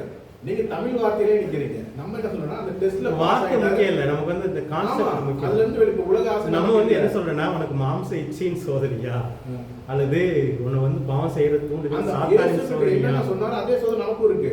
உலகம் பாரு இதெல்லாம் வேணுமா அப்படின்னு உலகத்து வழியா போய் சொல்லி அதுதான் நம்ம பேசுறோம். ஒண்ணு வந்து பொழைப்பு கிடைத்த சோதனை, அதை பேசிடலாம். அடுத்து போயிடலாம். ரொம்ப இதாக போயிட்டோன்னு நினைக்கிறேன் நான். அதாவது சோதனை இருக்குது, சிலர் வந்து சோதனையில் வளராமல் இருப்பாங்க, அதாவது விசுவாசத்தில் வளராமல் இருப்பாங்க. விசுவாசம் வந்து ஆண்டவர் கொடுக்குறது முக்கியமாக. நான் எதை சொல்ல வந்தேன் அப்படின்னா, இப்போ நம்ம வந்து இயேசு நம்பி வாழ ஆரம்பிக்கிறோம், சாத்தானுக்கு அது பிடிக்கல. அவனுக்கு வந்து நம்ம இயேசு நம்பி வாழக்கூடாது, அல்லது அவனை நம்பி வாழணும், அல்லது உலகத்தை நம்பி வாழணும், அல்லது வேறு ஏதாவது மனுஷங்களை நம்பி வாழணும். ஸோ இந்த மாதிரி சோதனை வந்துகிட்டே இருக்கும். ஸோ இதுக்கு வந்து அவர் சொன்னாங்க, நான் எனக்கு வசனம் இருக்குது, ஆண்டவர் எனக்கு சொல்லிட்டாரு, இந்த வசனத்தை நான் நம்புகிறேன், இதன்படி நான் வாழ போகிறேன், இதன்படி நான் பிழைக்க போகிறேன் அப்படின்றது தான். அடுத்தது வந்து பார்த்தீங்கன்னா வசனத்தை அல்லது சக்தி சுய மகிமையா அல்லது தேவனுடைய மகிமையா அப்படின்னு சொல்லி பார்க்குறோம். ஸோ இதில் வந்து நம்ம விருப்பத்தை, அதாவது நம்மளுடைய மகிமையை, நம்முடைய பெயர் புகழை நம்ம நினச்சோம் அப்படின்னா நம்ம சோதனை விழுந்து போவோம். தேவனுக்கு பெயர் புகழ் கிடைக்கட்டும் அப்படின்னு சொல்லி பார்த்தோம் அப்படின்னா நிச்சயம் ஜெயிக்கலாம் அப்படின்றத கடைசி வரைக்கும். அப்புறம் குறுக்கு வழியில் மேசி ஆகிறதுக்கு தான் அடுத்த சோதனை இருக்கு வந்து. நான் வந்து கஷ்டப்பட்டால் தான் சோதனை. இப்போ வந்து நீங்கள் இன்னொரு தியாலஜிக்குள்ளே கஷ்டப்பட வேண்டாம், ஏசு என் கஷ்டத்தெல்லாம் ஏற்றிட்டாருன்னு வரும்.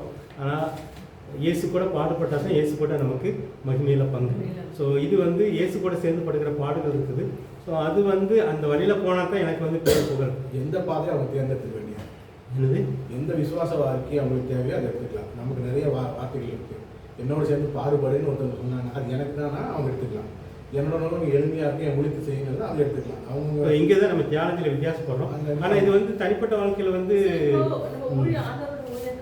அதுக்குள்ள வர பாடுகள் அதுல இப்ப நம்மளோட சுயமா நம்ம ப்ராப்ளம்ல இது பண்ணி அதுல வர சோதனைகள் தானல்ல. அது வந்து அதைத்தான் இயேசு சொல்றாரு, அந்த பாடம் என்கிட்ட கொடுத்துருன்றாரு. அதாவது நாளைக்கு எப்படி பழைக்க போறணும், நான் எப்படி வாழ போறணும், என் பிள்ளைகள் மூலமா இந்த மாதிரி ஒரு நிமித்தமா வர சோதனைகள் வேற. ஊழியத்துக்கு தான் நுகம்னு சொல்றாரு. ஊழிய சோதனை தான் நுகம் சொல்றாரு. வருத்தப்பட்டு பாரம் சுமக்கிறவர்களே வந்து ஊழியம் கிடையாது. அது என்னோட உலக பிரகாரமான ஒரு வாழ்க்கையில நமக்கு ஒரு கஷ்டம் இருக்கு. அந்த வசனம் வேற. அந்த வசனம் அது என் நுகத்தை ஏற்றுக்கொள்ளணும் எங்க சொல்றாங்க, அங்கதான் சொல்றாங்க. வருத்தப்பட்டு பாரம் சுமக்கிறவர்களே எல்லாரும் எடுப்பாங்க, நான் உங்களுக்கு இளைப்பாறுதல் தரேன். அது விட ஆனா இது வந்து சொல்ல மாட்டேன், நுகத்தை ஏற்றுக்கொள்ள. அந்த இடத்துல நீங்க அந்த வசனத்தை வாசிங்க, நுகத்தை ஏற்றுக்கொள்ளும் இடத்துல அங்கதான் வருது. அந்த வசனத்தை வாசிங்க, புரிஞ்சு அதே இடத்துல சொல்றாரு.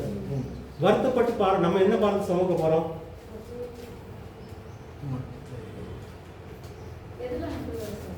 வருத்தப்பட்டு பாரம் சுமக்கிறவர்களே, நீங்கள் எல்லோரும் என்னிடத்தில் வாருங்கள், நான் உங்களுக்கு இளைப்பாறுதல் தருவேன். நான் சாந்தமும் மனத்தாழ்மையுமாய் இருக்கிறேன்.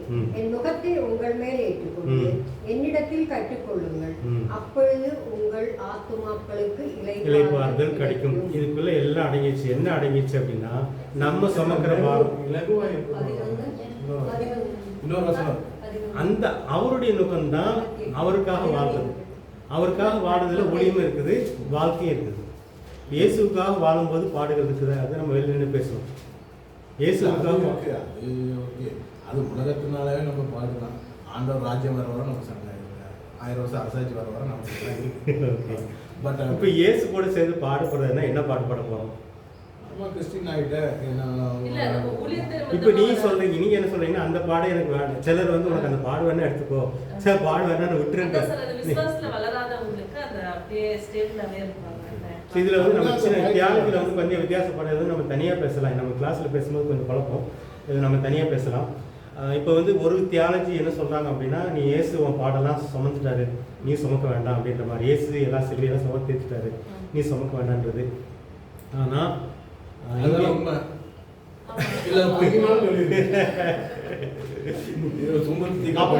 அப்படின்னா இங்க வந்து என் நுகத்தை ஏன் சுமக்க சொல்றாரு? இயேசுடைய நுகம் ஏன் சொல்றாரு?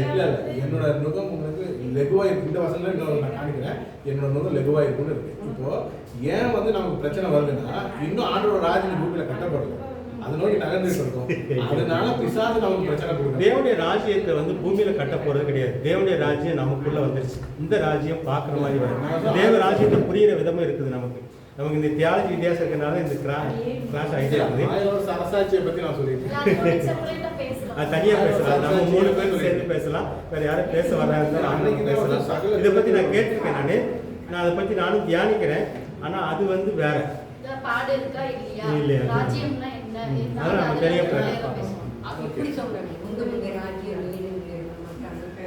இப்போ எங்கள் அண்ணனுக்கும் எனக்கு இந்த வித்தியாசம் அதுதான். அவன் வந்து நான் வந்து அனுதின சிலுவைன்னு ஒரு புத்தகத்தை எழுதினேன். இவன் சொல்கிறான் அனுதின சிலுவை, எனக்கெல்லாம் அனுதின சிலுவை கிடையாது. என் சிலுவையில் இயேசு சுமந்துட்டான்னு சொல்லி. ஆனால் அவன் சுமந்த சிலுவை எனக்கு தெரியும். ஏன் இயேசுடைய சிலுவையை சுமக்க முடியல, ஏன் வந்து அவன் சிலுவையை சுமந்தான். ஸோ இதெல்லாம் வந்து நிறைய காரியங்கள் இருக்குது, நம்ம பேசலாம். இது வந்து ஒரு பக்கம் இப்போ வித்தியாசமாக கொண்டு போயிட்டுருக்குறாங்க. அதனால் நமக்கு வந்து கொஞ்சம் இதில் ஞானம் வேணும். ஆனால் இந்த சோதனையை பற்றி நம்ம பேசும்போது நம்ம சோதனையை பற்றி மாத்திரம் நம்ம சொன்னால் தியானித்தா நல்லாயிருக்கும். 3 விதமானது: வாழ்க்கை சம்மந்தமானது, பெயர் புகழ் சம்மந்தமானது, குறுக்கு வழியில். இப்போ இது வந்து எல்லாருக்குமே வரும். இப்போ வந்து நான் ஒரு ஊழியத்துக்கே வந்துட்டேன். இயேசு வந்து என்ன சொல்ல, முதல் சோதனை வந்து சாப்பாட்டு குழப்பு சோதனை. நீங்கள் வசனத்தை தேடுங்கன்றார். 3க்குமே வசனம் வேணும், 3மே வசனத்தை தான் சொல்கிறார். ஆண்டவர் வசனம் கொடுத்து தான் சோதனையை ஜெயிக்க சொல்கிறார், சோதனையை வந்து செய்யணும் சொல்கிறார். ஸோ அது ரொம்ப ரொம்ப முக்கியம். நீங்கள் அந்த கான்செப்டை மட்டும் புரிஞ்சுக்கிட்டிங்கன்னா உங்களுக்கு நல்லாயிருக்கும். எனக்கு சோதனையே இல்லை, நான் சோதனையே எனக்கு வேண்டாம், நான் சோதனையை கேட்க போகிறதில்ல அப்படின்னா நீங்கள் வந்து விசுவாச வாழ்க்கையில் குழந்தையாக இருக்க போகிறீங்க, நீங்கள் பரலோகத்துக்கு போவீங்க, அது ஒரு பிரச்சனை இல்லை. ஆனால் உங்களுடைய வாழ்க்கையில் உங்கள் விசுவாசம் பொண்ணாக விளங்குறதோ, உங்கள் விசுவாச வாழ்க்கையில் முதிர்ச்சி அடைகிறதோ வந்து இருக்க போகிறது கிடையாது.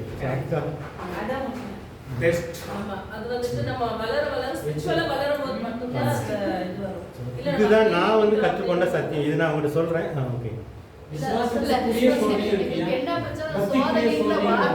இல்லை அது மாத்திரம் இல்லை, உங்களுக்குள்ள தியானத்தில் கொஞ்சம் வித்தியாசம் இருக்குது. நீங்கள் வந்து அந்த காலகட்டத்தை பிடிக்கிறீங்க. அதாவது ஒரு காலகட்டத்தில் அப்படி வாழ்ந்தாங்க, இந்த காலகட்டத்தில் முயற்சி ஆகிட்டு கொண்டு, அதுவும் வித்தியாசம். அது வேற ஒரு தியாலஜி வந்து நம்ம அதை பேசுகிறோம். இல்லை, நான் வந்து தனிப்பட்ட வாழ்க்கையை பேசும்போது நீங்கள் வந்து ஒரு காலகட்டத்தை பேசுகிறீங்க, சபையின் காலகட்டத்தை பற்றி பேசுகிறீங்க, அதில் தான் தியாலஜி வந்து இடிக்குது. ஆனால் இது வந்து தனிப்பட்ட வாழ்க்கையில் வந்து விசுவாச சோதனை வந்து நீங்கள் இயேசு ஏற்றுக்கொண்டோன்னே குழந்தை மாதிரி நம்ம இருப்போம், அதுக்கு ஏற்ற மாதிரி சோதனை கொடுப்பாரு. நீங்கள் வந்து விசுவாசத்தில் கொஞ்சம் வளர்றீங்கன்னா அதுக்கு ஏற்ற நீங்கள் வந்து சோதனை பயிற்சி அதுக்கு ஏற்ற மாதிரி தான். நீங்கள் வந்து இந்த விசுவாச வாழ்க்கையில் வந்து முதிர்ச்சின்றது ஒன்று இருக்குது, தோற்று போகிறதுன்னு ஒன்று இருக்குது, அழைப்புக்கு தகுந்த மாதிரி இருக்குது, நம்முடைய முன்குறிப்புக்கு தகுந்த மாதிரி இருக்குது, ஊழியத்துக்கு தகுந்த மாதிரி இருக்குது, இந்த மாதிரிலாம் இருக்குதுன்னு சொல்லி பார்ப்போம். ஓகே, ஸோ முக்கியமாக இதுதான் நான் நினச்சி பார்த்தேன். இதுக்கு வந்து ஒரு மாடல் இயேசு தான்.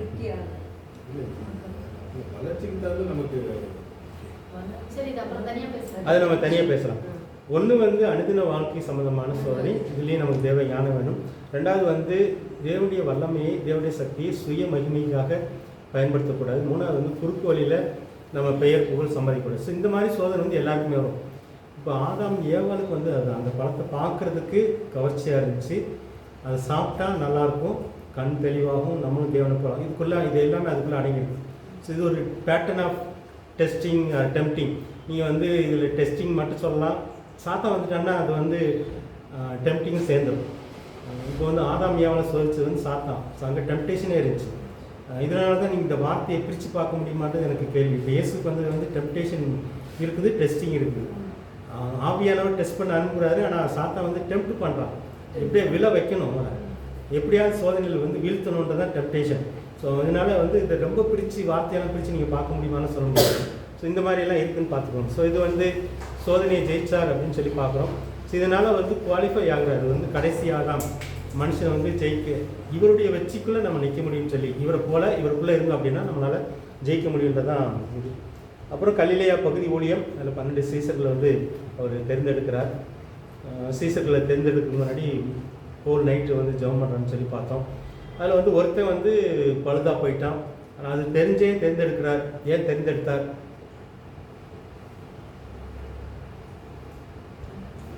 பன்னெண்டில் ஒருத்தன் வந்து இவருக்கு எதிராக மாறிட்டான், யூதாஸ். சொல்லப்பட்டது தெரிஞ்சுதான் இருக்குது, இருந்தாலும் ஆண்டோட செய்கிறார்.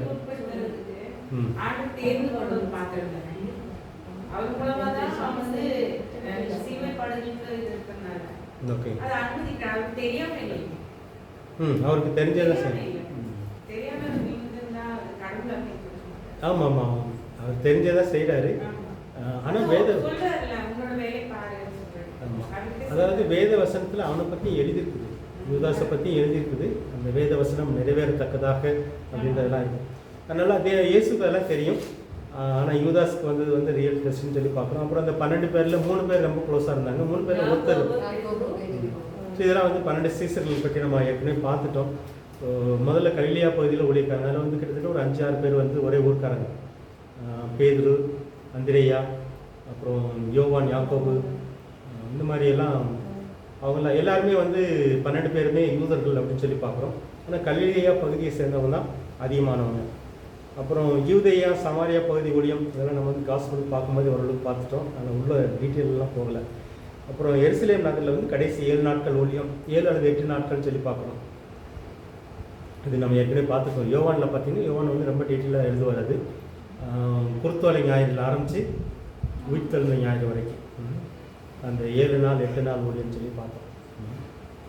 இயேசுடைய வாழ்க்கை முறை அப்படின்னு பார்த்தீங்கன்னா எளிய வாழ்க்கை முறை. அவர் வந்து ரொம்ப ஆடம்பரமாலாம் வாழலை. அவர் வந்து ராஜாவுக்கு சமம். அவருக்கு ஆனால் ஒரு சிம்பிளான லைஃப் ஸ்டைல் தான். அவர் ஃபேமிலியும் அவர் வந்து ஒரு பெரிய மிடில் ஃபேமிலியோ அல்லது ரிச் ஃபேமிலியோ தேர்ந்தெடுக்கலை. ஒரு சாதாரண ஃபேமிலியை தேர்ந்தெடுத்து வாழ்கிறான்னு சொல்லி பார்க்குறோம். ஒரு சாதாரண மனுஷனை போல் வாழ்கிறாரு. அவருக்கு டயர்னஸ் வந்துச்சு, பாடியில் வர மாதிரி துக்கம் வந்துச்சு, கண்ணீர் வந்துச்சு, பசி, தாகம், தூக்கம் இது எல்லாமே இருந்துச்சுன்னு சொல்லி பார்க்குறோம். அவர் வந்து முழுக்க தேவனாக இருந்தால் கூட, தேவனாக இருந்தாலும் தூக்கம்லாம் இது எல்லாமே வரக்கூடாது. ஆனால் அவர் முழுக்க தேவனாக இருந்தால் கூட முழுக்க மனுஷனாக இதெல்லாம் அவருக்குள்ளே இருந்துச்சுன்னு சொல்லி பார்க்குறோம். அப்புறம் அவருக்குன்னு ஒரு வீடையோ அல்லது ஒரு தனிப்பட்ட அமைப்பையோ அவர் உருவாக்கலை அப்படின்னு சொல்லி பார்க்குறோம். அவருக்கு எல்லாமே தேவன் அப்பப்போ சொன்ன வேலையை மட்டும் செய்கிறார்.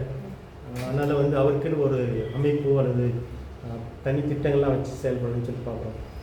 பொருளாதார தேவைகளுக்காக வந்து அவருக்கு 30 வயசு வரைக்கும் அவர் வேலை செஞ்சு தான் சாப்பிடணும். ஆனால் ஊழியத்துக்கு வந்ததுக்கப்புறம் குடும்பங்கள் இருக்குது. சில குடும்பங்கள் அவருக்கு உதவி செய்யணும், சில பெண்கள் உதவி செஞ்சாங்கன்னு சொல்லி பார்க்குறோம். வரி செலுத்துறது கூட அவர் கையிலலாம் காசு கிடையாது. ஆனால் ஒரு காலகட்டத்தில் யூதாஸ் கையில் பை இருக்குது, அவங்களுக்குன்னு காணிக்கையெல்லாம் கிடைக்குது. அந்த காணிக்கையெல்லாம் யூதாஸ் கையில் தான் கொடுத்து வச்சுருக்கிறாரு. ஸோ இந்த மாதிரி அவருக்குன்னு கிடைச்ச காணிக்கைகளை வச்சு அவர் வந்து ஊழியங்களை செய்கிறான்னு சொல்லி பார்க்கணும். ஸோ ஒரு simple life style, simple ministry தான் அவர் பண்ணுறான்னு சொல்லி பார்க்கணும். இதில் ஏதாவது கேள்வி இருக்குதா அவங்களுக்கு? அவர் வந்து காசு இல்லை, அப்பா வாங்குறதுக்கு காசு கேட்குறாங்க கேள்விப்பட்டேன். ஸோ அப்போ அவங்ககிட்ட வந்து இருந்த காசு வந்து அந்த 5000 பேருக்கு தேவையான அளவுக்கு வாங்கக்கூடிய அளவில் தானே அந்த காசு இருந்துச்சு. சிம்பிள் லைஃப் ஸ்டைல் அவங்களோட காசெல்லாம் கிடையாது. ஆக்சுவலாக வந்து 5000 பேருக்கு சாப்பாடு கொடுக்கலாம், என்ன செய்யலான்னு கேட்குறாங்க. அப்போ அவர் என்ன சொல்கிறார், சீசன் என்ன சொல்கிறார் அப்படின்னா, இவ்வளோ பேருக்கு சாப்பாடு கொடுக்கணும்னு நமக்கு இவ்வளோ காசு வேணுமே, இவ்வளோ காசுக்கு எங்கே போகிறதுன்றது அவனுடைய கன்சர்ன், அது இயேசுடைய கன்சர்ன்லாம் கிடையாது. இன்னொன்று அடுத்த வாரம் சொல்லுவோம், இவ்வளோ காசு இருக்குது. ரெண்டாவது சொல்லணும் என்னன்னா, நம்ம தூரமாக இருக்கு போய் வாங்கிட்டு வர முடியாதுன்னு சொல்லி. அப்படியெல்லாம் இல்லை, அது வேதத்தில் மாற்றிடுறாங்க. சரி, நாங்கள் வந்து வேதத்தை அதை திரும்ப டிரான்ஸ்லேட் பண்ணி நிறைய செக்கிங்லாம் பண்ணியிருக்கிறோம். அப்படியெல்லாம் வெகு தூரமாயிட்டு சாயங்காலம் ஆயிடுச்சு, அது வந்து இவங்களை அவங்க வந்து அனுப்பி விட முடியாது. சாப்பாடு வாங்குறதுக்கெல்லாம் அவன் சொல்லலை. இவங்களை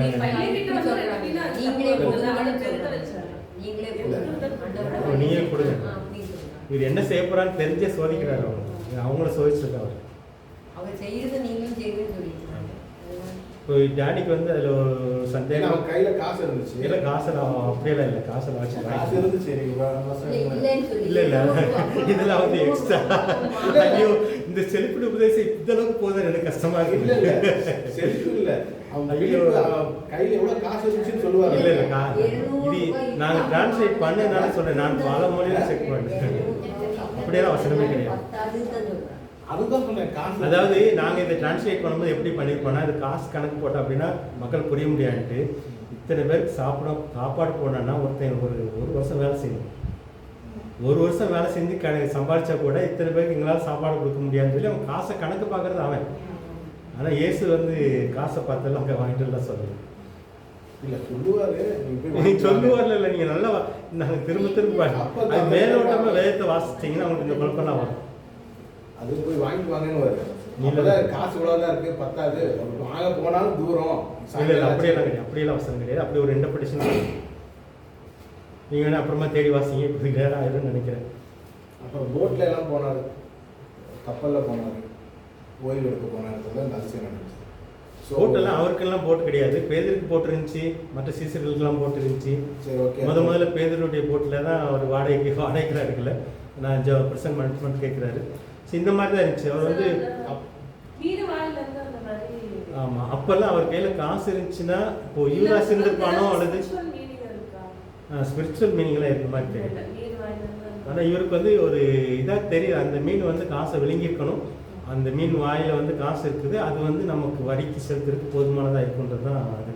சிலர் வந்து எப்படி சொல்லுவாங்கன்னா, இவர் கையில் காசே இல்லை, கொடுக்குறதுக்கு வரி கட்டுறதுக்கு காசு இல்லை, ஆனால் மீன்கிட்ட இருக்கிறது தெரியுது, அது போய் மீனை பிடிச்சி கொண்டு கட்டுன்னு சொல்லுவாங்க.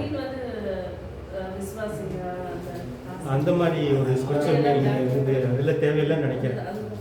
அதில் தேவையில்லைன்னு நினைக்கிறேன். அது வந்து சூப்பர் நேச்சுரல் மிராக்கிள் தான். இல்லாத இடத்துல வருது. சிலவங்க அக்கௌண்ட்டில் காசு விழுந்து ப்ரேயர் பண்ணுறாங்கல்ல, அது மாதிரி இப்பவும் நடக்குது.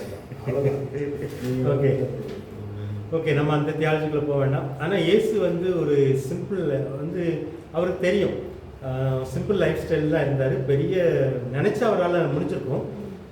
அவர் வந்து ரோமோடைய காயினையும் உருவாக்கியிருக்க முடியும், மற்ற நாட்டு காயின்ஸையும் அவர் உருவாக்கியிருக்க முடியும். அந்த மாதிரிலாம் இப்போது அக்கௌண்ட்டில் பணம் போடுற மேஜிக்கு, அப்புறம் இந்த மேஜிக்கில் அவர் எதுவும் செய்யலை. இந்த மேஜிக்கில் அவர் செய்யலை. வாயில தங்க காசு எடுத்து வந்துட்டு அவர் இன்னும் தீர்க்க தெரிஞ்சிருக்கலாம். பட் தீர்க்க தரிசனம் வரதுனால தெரிஞ்சு அதை செய்கிறாரு. அவர் வந்து காசு உருவாக்கணும்னா மீன் வாயிலேருந்து எடுக்க சொல்லியிருக்க மாட்டார். இவரே என்ன சொல்கிறது, ஒரு 4 தினார் உருவாக கடவுள்னு சொல்லியிருப்பானா கையில் வந்து விழுங்கியிருக்கணும். அந்த மாதிரி தான் சொல்லியிருக்கணும். ஸோ இந்த மாதிரி மேஜிக் பவர் மாதிரி அவர் எதுவுமே செய்யலை. ஓகே, பொருளாதார தேவைகளை வந்து அவர் கூட இருந்த பெண், இது வந்து வசனத்தில் இருக்குது. அவருக்கு உதவி செய்த பெண்கள் இருந்தாங்க, பணக்காரங்க. அதாவது ரோம இராணுவத்தில் வேலை செஞ்ச அதிகாரியுடைய மனைவிகள், இவங்கெல்லாம் வந்து அவர் கூடவே இருந்தவங்க.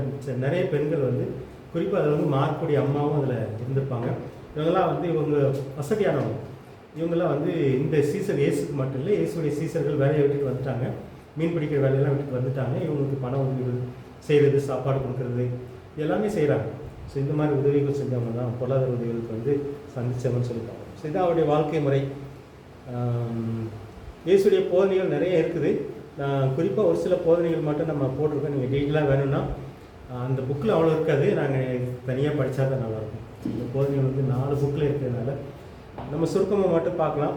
முக்கியமாக வந்து அவர் வந்து கடவுளுடைய உலகம் அல்லது கடவுளுடைய ஆதியை பற்றி பேசிகிட்டே இருப்பார். தேவனுடைய ராஜ்யம் அப்படின்னு சொல்லி, தேவராஜ்யம், பல்லவ ராஜ்யம், இது வந்து மத்திய எழுதும்போது ஒரு வார்த்தை யூஸ் பண்ணார். மற்றவங்க வந்து ஸோ இந்த பல்லவ ராஜ்யமும் தேவராஜ்யமும் கிட்டத்தட்ட மீனிங் ஒன்று தான். ஸோ அதை பற்றி உங்களுக்கு என்ன சொல்கிறது, இயேசு என்ன சொன்னார் பல்லவ ராஜ்யத்தை பற்றி, தேவராஜ்யத்தை பற்றி, அவருடைய போதனை என்னவா இருந்துச்சு, இது கொஞ்சம் டீட்டெயிலாக பேசினா நல்லா இருக்கும். இயேசுடைய போதனைகள் இன்னைக்கு முடியலனாலும் பரவாயில்ல, மாற்ற ஓகே. தேவராஜ்யத்தை பேரபிள் மூலமாக விளக்குனாரு.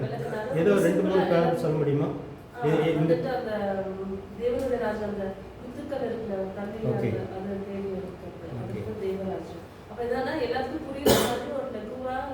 இது எல்லாம் அந்த பேரபிள் எல்லாம் ஒன்றா சேர்த்து படித்தா தான் தேவராஜ்யம் நமக்கு புரியும். ஸோ அதனால் நீங்கள் வந்து அது கொஞ்சம் படியாக நமக்கு தெரிஞ்ச பேரபிள் நீங்கள் சொன்னதுனால முத்து. இப்போ வந்து ஒருத்தர் வந்து முத்து வியாபாரி, அவன் வந்து ஒரு இடத்துல போய் பார்க்குறான், இது வரைக்கும் அவன் பார்க்காத ஒரு விலை மதிக்க முடியாத முத்து. அந்த முத்து கிடைச்ச உடனே, முத்துனா வைரம் அல்லது வைரக்கல்னு வச்சுக்கோங்களேன், வைர வியாபாரி. ஸோ ஒரு நல்ல வைர கல் கிடைக்குது, அதை வாங்கணும் அப்படின்னா இவன்கிட்ட இருக்கிறதெல்லாம் விற்கணும், எல்லாத்தையும் விற்று கொண்டு போய் அதை வாங்குறான் அப்படின்னு சொல்லி. இதுலேருந்து நமக்கு என்ன புரியுது?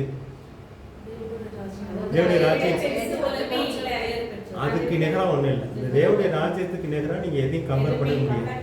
நீங்கள் எல்லாம் உங்கள்கிட்ட இருக்க எல்லாத்தையும் விற்றா கூட நீங்கள் அந்த ராஜ்யம் மட்டும் கிடைச்சா போதும். ஸோ இந்த மாதிரி அதோடைய விலை மதிக்க முடியாத ஒரு சொத்து தேவனுடைய ராஜ்யம். வேற முதலாளி வந்து தூங்குவாங்க, நைட்ல வந்துட்டு அந்த கிளைகளை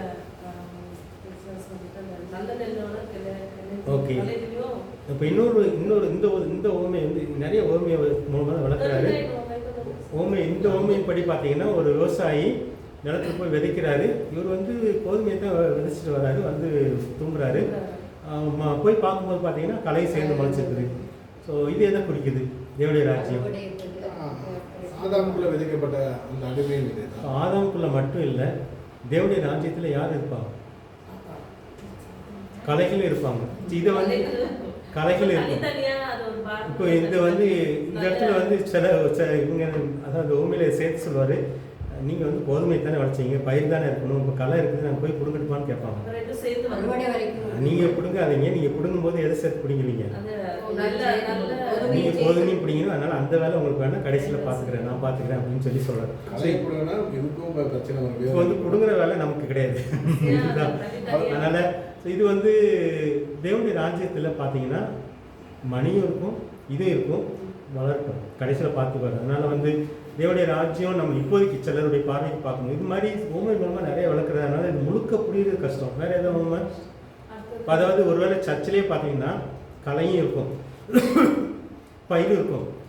உதாரணம் நீங்கள் வந்து ஆதாம்னு சொல்லும்போது நான் அங்கே இது வந்து உலகத்தில் இருந்து இருக்கிறது சகஜம், அதை பற்றி நம்ம பேசுகிறேன். சர்ச்சுக்குள்ளே பார்த்தீங்கன்னா கலை இருக்கும், பயிர் இருக்கும். ஆனால் நீ யாரையும் கொடுக்காது. கொடுக்க போனீங்கன்னா நீ வந்து பயிரை பிடிங்கிடும். உனக்கே தெரியாது கலை எது பயிர் எது ஒன்றால் பிரித்து பார்க்க முடியாது. அதனால் வீட்டு கடைசி வரைக்கும் பார்த்துட்டு கடைசியில் நான் பார்த்துக்கிறேன்றது தான் சத்தியம்.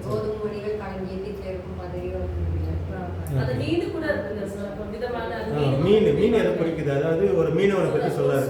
மீன் பிடிக்க போகிறாங்க, மீன் பிடிக்கிறாங்க, வலையில் எல்லா மீனும் வந்துடுது. ஆனால் நல்ல மீனெல்லாம் எடுத்துட்டு ஆகாத மீன்லாம் திரும்ப கொட்டிட்டாங்க. இப்போ எதை குறிக்குது? இப்போ நீங்கள் வலை போடுறீங்க, நீங்கள் வந்து ஊழியம் செய்கிறீங்க, இதோடைய இந்த ராஜ்யத்தை பற்றி புரியறதுல வந்து நிறைய காரியம் இருக்குது. அதனால் இது வந்து ரொம்ப சுருக்கமாக பேசுகிறவங்க இருக்கிறாங்க. நீங்கள் எல்லாவும் எடுத்து தியானிச்சிங்கன்னா எல்லா டைமென்ஷனும் கிடைக்கும். இது எதை குறிக்குது அப்படின்னு நீங்கள் ஊழியம் செய்கிறீங்க, ஊழியம் செய்யும்போது வர்றாங்க, உண்மையிலே விசுவாசித்து வர்றாங்க, சும்மாவும் வர்றாங்க. அதில் வந்து சில தூக்கி போட வேண்டியிருக்கு. ஸோ அந்த மாதிரிலாம் நிறைய இருக்குது மீன் பிடிக்கிறது மூலமாக. ஸோ தேவனுடைய ராஜ்யம் அப்படிப்பட்டதாக இருக்குது அப்படின்னு சொல்லி வளர்க்குறாரு. வேற தேவனுடைய ராஜ்யத்துக்கு அப்புறமா அதுக்கு முன்னாடி அதுக்கப்புறம் இது ஏன்னா அதில் கலையை பிடிக்கிட்டு நான் வந்து 1000 வருஷம் அசாத்தி தான் சொல்லிட்டு இருக்காரு. இப்போ நம்ம அதுக்குள்ளெல்லாம் போக வேண்டாம். தேவனுடைய ராஜ்யம்னா இவ்வளோ சேர்த்து பார்க்கணும். இந்த எல்லா தேவனுடைய ராஜ்யத்தை பற்றி சொல்லப்பட்ட எல்லா உண்மையும் நீங்கள் தனியாக ஒரு சப்ஜெக்டை படித்தாலே தீராது. எல்லா உண்மையும் ஒன்றா சேர்த்து பார்த்தீங்கன்னா டைமென்ஷன் கிடைக்கும். நம்ம இப்போ அதுக்குள்ளே அந்த டீட்டெயிலுக்குள்ளே போகல. இது ஒரு சின்ன ஒரு வரியை வச்சு தான் நம்ம எவ்வளோ பேசுகிறோம். இதில் வந்து நிறைய தெரிஞ்சுக்க வேண்டியது. தேவனுடைய ராஜ்யன்றது வந்து நிறைய தெரிஞ்சுக்க எல்லா உண்மையும் நம்ம வச்சு பார்த்தாங்க. தேவனுடைய ராஜ்யம் வந்து பிரத்யேகமாக நீங்களால் பார்க்க முடியாது. அதனால தான் அந்த மேசி எங்கே இருக்கிறாருன்னா அங்கே போகாதுங்க. எங்கே இருக்குது அது ஒரு நாட்டில் இருக்குது, ஒரு இடத்துல இருக்குதுன்னா நீங்கள் போகாதுங்க. அது வந்து கண்ணுக்கு தெரிகிற மாதிரிலாம் வராது. அது உங்களுக்குள்ளே இருக்குது மாதிரி. அப்படின்னா என்ன புரியுது உங்களுக்கு? அது உங்களுக்குள்ளே இருக்குது அப்படின்னா நீங்கள் என்னைக்கு தேவனுடைய ராஜ்யம். இப்போ நீங்கள் இதை பார்த்தீங்கன்னா இந்த 1000 வருஷ அரசாட்சி நித்தியெல்லாம் நமக்கு புரியாது. நமக்கு தேவனுடைய ராஜ்யத்தில் இது ஒரு டைமென்ஷன் உங்களுக்குள்ளே இருக்குது அப்படின்னா என்ன சொல்ல வர்றாரு? ஆமாம், நம்ம தான் செயல்பட்டு வெளியே எடுக்கணும்.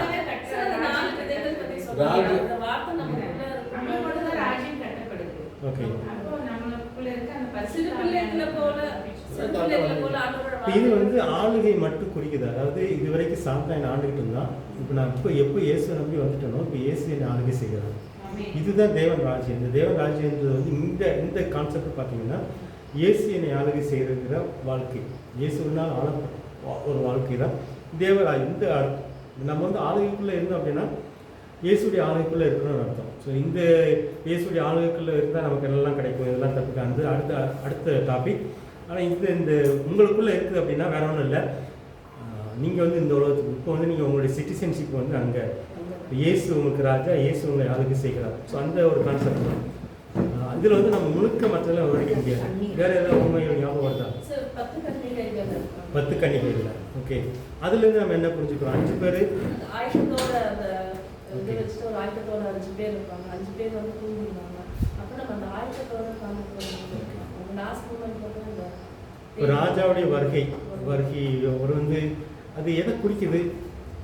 ஆயத்தமாக இப்போ நீங்கள் சொல்கிறது வந்து ஆயத்தம்னா எப்போவுமே அந்த விளக்க அணைஞ்சு போகாமல் வச்சுட்டு எக்ஸ்ட்ரா. ஓகே, நாமத்தினால் நாங்கள் வந்து சுகப்படுத்தணும். நான் அறிய எப்படி உங்கள் நாமத்தினால நாங்கள் வந்து பிரசங்கம் பண்ணோம், நோய்களை செய்யணும் அப்படின்னு சொல்லுவாங்க. அவங்கள கூட நான் அறியன்னு சொல்லிடுவேன் அப்படின்னு கூட இது கடைசி நடக்கும். இப்போ வந்து அவங்க வந்து புத்தி இல்லாத கன்னிகைகளுக்கு நீங்கள் உதாரணமாக சொல்கிறீங்க. புத்தி இல்லாத கன்னிகள் ஏன் அவங்க புத்தி இல்லாத கன்னிகள்? கண்டினியூட்டி வளர்ச்சி இல்லை. இது கிறிஸ்துவத்தில் கண்டினியூட்டி அவங்க பண்ணல. அவங்க என்ன பண்ணுறாங்க, அதோட வளர்ச்சியை நோக்கி போகாம சுதந்திரம். அதுதான் அதனோட நடக்கும். மற்றவங்க வந்து கண்டினியூட்டி இருந்தவங்க கண்டுக்கிட்டாங்க, கடவுளை கண்டுக்கிட்டாங்க. கண்டினியூட்டி இல்லாமல் பகுதியில் போனவங்க கைவிடப்பட்டாங்க. இன்னொரு கோஷ்டி வந்து உபாசம் பண்ணியிருப்பாங்க, ப்ரேயர் பண்ணியிருப்பாங்க, எல்லாம் பண்ணால் ஆனால் அறியன்றது அது ஓவர் கான்ஃபிடன்ஸ். அவரோட திட்டத்தை செய்யல, ராஜ்யத்துக்குள்ள திட்டத்தை செய்யாத ஒரு கோஷ்டி. இப்போ நம்ம வந்து ஒரு ஓமையை பற்றி பேசும்போது அந்த ஓமையின் மூலமாக தேவ ராஜ்யத்தை புரியறதுக்கு முயற்சி பண்ணலாம். மற்றது மிக்ஸ் பண்ணிங்கன்னா உங்களுக்கு பழக்கம். இது வந்து ஒவ்வொரு டைமென்ஷன் அந்த இதில் இப்போ நீங்கள் வந்து இந்த கன்னிகள் எதை குறிக்க நீங்கள் உங்களுடைய மரணம் வரைக்கும் இந்த ஆவியானோடக்குள்ளே நடந்துக்கிட்டே இருக்கணும். அது ஒன்று வருக வர வருக வர இது நம்முடைய மரணம் வரை அந்த ஆவியானவருக்குள்ளே நம்ம நிறைஞ்சிக்கிட்டே இருக்கிறது தான். அந்த ஆவியானவர் நம்மளை பயன்படுத்திகிட்டே இருக்கணும். ஸோ அதுதான் நீ வந்து இப்படியே புத்தி உள்ள கனிகள்னு சொல்லி பார்க்கலாம். இந்த எக்ஸ்ட்ரா ஆயில்ன்றது வந்து அப்படிதான். ஆயில்ன்றது வந்துட்டு ஹோலி ஸ்பிரிட் ஆவியானவர் சரி. எங்கெல்லாம் நம்ம வந்து மங்கி போகிறோமோ அங்கெல்லாம் திரும்ப ஆவியானவரை நம்ம பெற்றுக்கொண்டு ஸோ அவருக்காக பிரகாசிச்சுட்டே இருக்கணுன்றது. ஸோ இதை குறிக்கிறது சொல்லி ஓகே. வேற உண்மைகள் நல்ல சமாரியன் தேவனுடைய ராஜ்யத்துக்கு சொல்றாரா நம்ம நல்ல சமாரியன்? நல்ல சமாரியன் வந்து அது ஒரு கேரக்டர் சொல்றாரு. அது ஆசைக்காரன் கேரக்டர். அது வந்து நல்ல சமாரியன் எது சொல்றாருன்னா குழந்தைகள் இல்லாவிட்டால் தவறு போக மாட்டேன்னு கேரக்டர் பேபிஸோட கேரக்டர். நல்ல சமாரியனை மட்டும் பேசுங்க. நல்ல சமாரியன் எதுக்காக சொல்றாரு? நீங்கள் ஓமையை பற்றி பேசும்போது அந்த நிறைய அங்கங்கே நம்ம மிக்ஸ் பண்ணோன்னா அந்த கான்செப்ட் புரியாது நமக்கு. நல்ல சமாரியன் எதுக்காக சொன்னார் கதையை? குணாதிசயங்களுக்காக இல்லை. உனக்கு பிறன் யார், உன்னை நேசிப்பு போல பிறனை நேசி அப்படின்ற ஓமையை வளர்க்குறாரு. இப்போ வந்து அவங்க ஒரு ஆசாரியரோ லேவியரோ வந்துட்டு ஒரு அது நிறைய கேட்கலாம். அது வந்து இல்லை, அதாவது நீங்கள் அந்த கான்டெஸ்ட்குள்ளே போயிடணும். நீங்கள் வேதத்தை தியானிக்கும் போது அந்த கான்டெஸ்ட்குள்ளே போயிட்டா நல்லா இருக்கும். அதுக்கு வந்து நித்திய ஜீவன சுதந்திரத்துக்கு என்ன செய்யணும்னு கேட்குறான். இப்போ நீ அந்த இது வந்து ஆக்சுவலாக தேவனுடைய ராஜ்யம் அந்த ஓமைக்குள்ளே வராது, தனியாக பேசும். அதாவது நித்திய ஜீவன சுதந்திரத்துக்கு நல்ல சமாரியன் வந்து ஏன் சொல்றாங்கன்னா சமாரியர்கள் வந்து வெறுப்பாங்க. அவங்க போன கேரக்டர் வந்து யூதர்கள் வந்து ஏற்றுக்கூடாத கேரக்டர். இந்த கான்டெக்ஸ்ட்டில் சொல்லலாம்னா நீங்கள் கான்டெக்ஸ்ட்டுக்குள்ளே வந்துங்க. கான்டெக்ஸ்ட் என்னென்னா ஒருத்தர் வந்து நித்திய ஜீவனை சுதந்திரிக்கணும்னு என்னன்னு கேட்குறான். நீ வந்து பிரமாணத்தின்படி நடன்றாரு. இந்த பிரமாணத்தின்படி நான் நடக்கிறேன் அப்படின்னு சொல்கிறான். அப்போ வந்து உன்னை போல பிறன் நேசிப்பா என்ற பிரமாணம். அப்போ இவன் என்ன கேட்குறான்னா இவரை மடக்கிறதுக்கு இயேசு மடக்கிறதுக்காக அப்போ எனக்கு பிறன் யார் கேட்டவன் வந்து எனக்கு பிறன் யாருன்னு கேட்குறான். அப்படின்னு கேட்கும்போது தான் இந்த உண்மை சொல்கிறார். இதான் கான்டெக்ஸ்ட். புரியுதானே? பிறன் யார்? இப்போ யூதருக்கு பிறன் எனக்கு பக்கத்து வீட்டுக்காரன் யார் அப்படின்னா இப்போ யூதரை பொறுத்தவரை நான் ஒரு யூதரை நேசித்தா போதும். இதுதான் அவனுடைய மனநிலை. ஒரு யூதரை பொறுத்தவரை நான் இன்னொரு யூதனை நேசிக்கிறேன்னா, என் பக்கத்து வீட்டு யூதன் அவன்கிட்ட வட்டி வாங்காமல் இருக்கிறேன்னா, அவனுக்கு வந்து அவனை கொடுமைப்படுத்தாமல் இருக்கிறேன்னா, இதுதான் யூதனுடைய மனநிலை. இதை மாற்ற விரும்புகிறார். இந்த சமாரிய ஸ்டோரி மூலமாக ஒரு யூதன் இங்கேருந்து இங்கே போகிறான். போகிற வழியில் கொள்ளை அடிச்சுட்டாங்க, அவனை அடித்து போடுறாங்க. அப்போ வந்து அங்கே போகிற வழியில் ஒரு பூசாரி போகிறான், யூத பூசாரி போகிறான், கண்டுக்காமல் போகிறான். ஏன்னா அவனை போய் தொட்டா இவனுக்கு தீட்டு. இன்னொரு லேவியம் போகிறான், அவனுக்கு போனால் தீட்டு. ஏன்னா இவன் அடிபட்டு கிடைக்கிறான். இவன் யூதன் தான். கடைசியில் ஒரு சமாரியம் போகிற வழியில் அவன் யூதன் பார்க்கல, அவன் போய் க்ளீன் பண்ணி எல்லாம் செய்யறான். இப்போ வந்து இந்த யூதனுக்கு அடுத்தவன் யாருன்னு சொல்லார். இந்த கான்டெக்ட் உங்களுக்கு புரிஞ்சாதான் புரியும். இவையோட இந்த சமாரிய ஸ்டோரி ஏன் சொல்லார் அப்படின்னா, உன்னை போல பிறன் நேசிப்பாருன்னா நான் யாரும் நேசிக்கணும்னு கேட்குறான். அப்போ வந்து இந்த சமாரியன் யார்? இப்போ வந்து நீ வந்து சமாரியனும் யூதர்கள் வந்து யூதரை மட்டும் நேசித்தா போதும். நம்ம நினைப்போம் கிறிஸ்தவங்க மட்டும் நேசித்தா போதும், ஆசிக்காரங்களுக்குள்ள மட்டும், பெந்தைகோசக்காரங்க மட்டும், இந்த சிபிஎம்காரங்க டிபிஎம்காரங்க மட்டும், இந்த மாதிரிலாம் நிறைய இதைத்தான் விளக்குறது. இது வந்து நமக்கு போகணும் அப்படி தான். நான் எனக்கு பிறன் யார் அப்படின்றது விளக்குறது தான் அந்த சமாரிய ஸ்டோரி. ஸோ இது வந்து தேவனுடைய ராஜ்யத்துக்கு அடுத்த உண்மை கிடையாது. வேறு ஏதாவது உண்மை ஞாபகம் வருது அவங்களுக்கு? கடுகு விதை எதுக்காக சொல்றாரு? கடுகு விதைக்கு சமன்றார். சின்ன விதை விசுவாசத்தை பற்றி சொல்ல, தேவ ராஜ்யத்தை பற்றி சொல்றாரு. கடுகு விதை அளவு விசுவாசம். அது வேற ஒரு இடத்துல கடுகு விதை ரெண்டு உண்மை இருக்கு. அப்போ கடுகு விதை அது வேற உண்மை. ஆனால் தேவனுடைய ராஜ்யத்துக்கு கடுகு விதையை சொல்றாரு. அது எதுக்காக சொல்றாரு? ரொம்ப சிறிதான பலன் பெறுது. ஓகே, சின்னதாக துவங்கும், ஆனால் பெரிய மரமாகி குருவிகள் வந்து கூடு கட்டத்தக்கதாக அங்கே நிறைய பேர் வந்துருப்பாங்க. அதாவது துவக்கம் தேவனுடைய ராஜ்யம் வந்து இப்போ ஒரு இடத்துல ஒரு ஊருக்கு போகிறீங்க, ஒரு அற்பமாக ஆரம்பிச்சிருக்கோம் அந்த சபையோ அந்த ஊழியமோ, அது அப்படியே நிறைய பேர் வந்திருப்பாங்க. அதோடைய தேவனுடைய ராஜ்யம் எப்படி வளருது பெருகுது அப்படின்றது. ஸோ இந்த மாதிரி வேற ஏதாவது உண்மை ஞாபகம் வருது அவங்களுக்கு? 4 விதைகள் இருக்குல்ல, ஒன்று வந்துட்டு பாரங்கால போடுறது, ஒன்று வந்துட்டு வழியில் போடுறது. இந்த குறிப்பில் இந்த உண்மையை பார்த்துட்டு அந்த புளிப்பு இல்லை, அதில் புளிக்கிற அப்பம். இந்த புளிப்புள்ள அப்பத்துக்கு வந்து 2 அதுவும் இந்த கடுகு விதைக்கு மாறு தான். இப்போ வந்து ஒரு படி 3 படி மாவு 1 படி மாவு எடுத்துக்கிறீங்க, கொஞ்சோண்டு ஈஸ்ட் நீங்கள் சேர்த்துட்டீங்கன்னா அது எல்லாத்தையும் உப்புரும். அதே மாதிரி தான் தேவனுடைய ராஜ்யத்துக்குள்ள நீங்கள் வந்து பெருகிறது தான் சொல்லுங்கள். தேவனுடைய ராஜ்யம் எப்படி பெருகுது? முழுக்கமாகவே சின்னதாக தொடங்கும், நான் பெருசாக விரிவாக்கும். அதுக்குள்ள உண்மை தான் கடுகு விதையும் இந்த எல்லாமே நீங்க சொல்றது வந்து எதுக்காக சொல்றாரு? 4 நிலத்தில் இருந்த விதை தேவனுடைய ராஜ்யம்.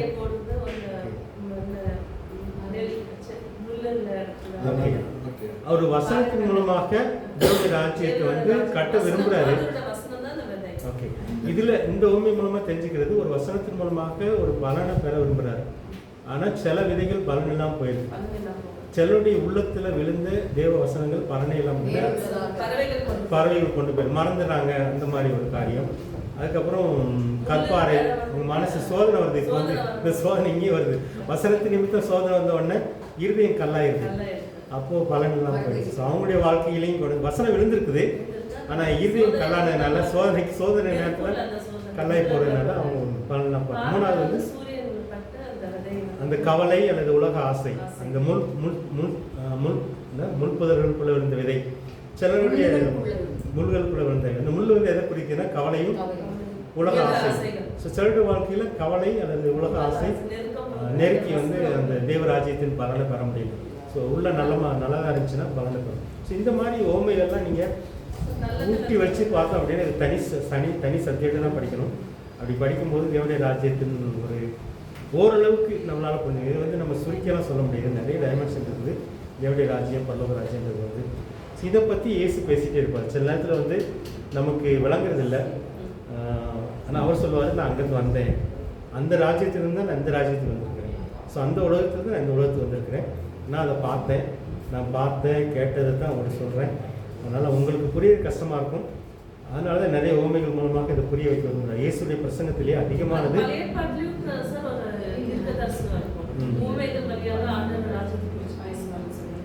எப்படிங்க? ஆமாம், பேசுவார்.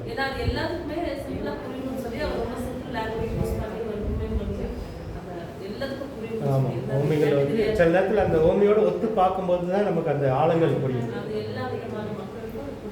பொதுவாக நாங்கள் இடையில பேசிகிட்டு இருக்கும்போது வந்து இப்போது இந்துக்களில் வந்து சொர்க்கம் நரகம், அது மாதிரி முஸ்லீம்லேயும் இருக்குது சொர்க்கம் நரகம். ஆனால் கிறிஸ்தவம் வந்து இதை இப்போ இயேசு வந்து நரகத்தை பற்றிலாம் சொல்லியிருக்காரு. நரகன்ற மாதிரி சொன்னான்னு தெரியல, அழியாத அக்கினி இந்த மாதிரிலாம் சொல்லியிருக்கிறாரு. ஆனால் இயேசு வந்து பரலோகன்ற வார்த்தையை பரலோக ராஜ்யம் சொல்லுவார். அந்த பரலோகம் நரகம்ன்ற கான்செப்ட் வந்து அவ்வளோவா இல்லை. இப்போ சிலருக்கு வந்து நாங்கள் பேசும்போது என்ன பேசுகிறோம் அப்படின்னா, இப்போ இந்துக்களை பொறுத்தவரை பார்த்தீங்கன்னா தேவலோகம் அல்லது சொர்க்கம் அப்படின்னு அவங்க மனசில் என்ன தோணுது, நாங்கள் இதை மட்டும் பேசி முடிச்சிடலாம். கிறிஸ்தவம் வந்து அதிகமாக இந்த தேவனுடைய ராஜ்யத்தை பற்றி நிறைய பேசுவோம். அதனால தான் இதை நான் பேசுவேன். அதோடு சேர்ந்த ஒரு டாபிக். நம்ம வந்து பரலோகம் நரகம் அப்படின்னு கிறிஸ்தவம் சொல்லுது. பரலோகம்னு சொல்கிறத விட நம்ம மனசில் என்ன தோணுதுன்னு தெரியல உங்கள் மனசில். இப்போ ஒரு இந்து எடுத்துக்கிட்டிங்கன்னா சொர்க்கம் நரகம்னா அவங்களுக்கு என்ன தோணும்? சொர்க்கம்னா என்ன தோணும்? பீஸ்ஃபுல்லான இடம். ஓகே, கிரகம் அவங்க என்ன சொன்னாங்க, பூமியில் இல்லாத வேற ஒரு இடம் தான் இந்துஸும் முஸ்லீமும். பூமி இல்லை, வேற ஒரு இடத்துக்கு கடல் கூட்டு போயிடுவார், அது சொர்க்கம் நரகம். நம்மக்கு படி இது வந்து சரியா ஞானி சொல்கிறது தனியார்னு ஒரு இடம் சரி. இப்போ என்னை பொறுத்தவரை வந்து ஒரு முஸ்லீமுக்கு வந்து நீங்கள் சொர்க்கம், அவங்களுக்கு என்ன வார்த்தை யூஸ் பண்ணுறாங்கன்னு தெரியல, சுவர்க்கமா மலையாளத்தில் சுவர்க்கம். அவங்களுக்கு தோணுது என்னென்னா, அங்கே போனால் ஒரு அவங்கள பொறுத்தவரை மனசில் தோணுது, ஒரு ஆணாக இருந்தால் அங்கே நினச்ச ஒரு 4-5 பெண்கள் கிடைப்பாங்க, மனைவி கிடைப்பாங்க. நம்ம ஆசைப்பட்டதோடனே கிடைக்கும். நம்ம ஒன்று ஆசைப்பட்டோம், இதை குடிக்கணும், இதை சாப்பிடணும்னு நம்ம ஆசைப்பட்டோன்னு நமக்கு கிடைக்கும். இதுதான் அவங்களுடைய சொர்க்கம். நமக்கு அப்படி இல்லையே. இதுதான், அதாவது நம்ம வார்த்தையை வந்து பயன்படுத்தும் போது, இப்போ ஒரு இந்துவாக இருந்தார், தேவலோகம்னு சொல்லும்போது பார்த்தீங்கன்னா ரம்பா, ஊர்வசி, மேனகா அவங்கெல்லாம் இருக்கிறாங்க, அங்கே தேவர்கள் இருக்காங்க, அங்கே சந்தோஷமா அந்த தேவலோகத்தில் ஒரு பானை இருக்குது, தேவலோகத்தில் ஒரு பானை இருக்குது. ஸோ இப்படியெல்லாம் இருக்கிறது தான் இப்போ நம்ம வந்து. அதனால தான் நீங்கள் கவனமாக வார்த்தைகளை யூஸ் பண்ணணும்.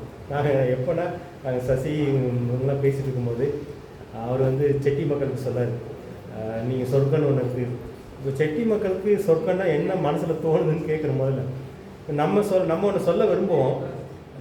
அதனால இப்போ தேவராஜ்யம் நம்ம பேசும்போது அது என்ன நம்ம தெரிஞ்சுக்கணும். நீங்கள் வந்து கேட்டீங்க, அங்கே போய் ஆராய்ச்சிட்டு போகிறோம் அப்படின்னா நம்ம சொத்துற அல்லையா சொல்கிறது இங்கேயே பிடிக்கல மற்றவங்களுக்கு. ஒரு யாரும் நீங்கள் வந்து அங்கே போய் ஆராதிக்க போகிறோம், நீ வா பரலூர் ராஜ்யத்துக்கு வான்னு யாரும் வரமாட்டாங்க. ஆனால் நம்முடைய தேவராஜ்யம்னா என்ன, இது வந்து தெரியல கொஞ்சம் இதாக இருக்கும். ஆனால் அந்த பல டைமென்ஷன் இருக்குது. இதை நம்ம புரிஞ்சால் தான் நம்ம உண்மையிலேயே தேவராஜ்யம் இது பரலோக ராஜ்யம் இதுன்னு நம்ம சொல்ல முடியும். நம்ம வந்து நம்ம சொல்கிற சொர்க்கம் இப்போ நம்மளும் இந்த சபைகள் வந்து சொல்லுகிற பரலோகன்றது வந்து ரொம்ப வித்தியாசமாக இருக்குது. இதுக்கு இவ்வளோ டைமென்ஷன் தேவைப்படுது. அது நீங்கள் புரியறதுக்காக சொல்கிறேன். நீங்கள் இதெல்லாம் யோசிக்கணும். இது ஒரு டைமென்ஷனில் வந்து ஒன்று போயிட்டு அங்கே நம்ம நிறைய பிக்சர்லாம் பார்த்துட்டோம். ஒவ்வொரு கூட்டம் சேர்த்து ஒரு ஆராதனை நடத்துகிற மாதிரி. ஸோ இங்கே எப்படி ஆராதனை நடக்கும், இங்கேயே கஷ்டப்பட்டு ஆராதிக்கிறோம் 4 மணி நேரம் 1 மணி நேரம். ஸோ அங்கேயும் போய் அப்படி இருந்துச்சுன்னா நமக்கு எல்லாம் ரொம்ப இன்ட்ரெஸ்டிங்காக இருக்காது சொர்க்கம் பரலோகம். ஸோ நம்முடைய சொர்க்கம் என்ன, நம்ம சொன்னது என்ன பரலோக ராஜ்யம். நமக்கு பரலோகத்துக்கு இப்போ இழைப்பாது அபிராம் மடி இல்லை, இப்போ பேரடைஸ் போகிறோம். மறுபடியும் இந்த பூமிக்கு தானே வர போகிறோம். ஆமா. அதுதான் நம்ம நமக்கு மற்றவங்க கான்செப்ட் நம்ம டிஃப்ரெண்ட். அது நம்ம பூமியில் தான் வர போகிறோம். ஓகே, நீங்கள் அதை பற்றி தெரிஞ்சுக்கோங்க. அதை பற்றி எந்த ஓமை சொல்லுது, வெறும் 1000 வருஷம் அரசாட்சினா எப்படி இருக்க போகிறாங்க, நீங்கள் யார் ஆள போகிறீங்க, பிரஜைகள் யார், அங்கே எல்லாருமே ராஜாக்கள்னா யார், பிரஜைகள் யார் இருக்க போகிறாங்க, அங்கே வந்து கணவன் மனைவி இருப்பாங்களா, அங்கே பிள்ளைகள் பிறக்குமா, இதெல்லாம் எப்படி, இதெல்லாம் இது வந்து நமக்குலாம் தெரியாது. நம்ம 1000 வருஷம் அரசாட்சி சொல்லிடும், இதெல்லாம் எப்படி இருக்க போகுது, இது வந்து நமக்கே தெரியலை. அது எங்க இருக்க போறோம், எப்படி இருக்க போறோம். ஸோ இந்த மாதிரி நம்ம பேசணும். அதுதான் டிப்ளமேட்டிக்கான ரூமாக தான் இருக்கு.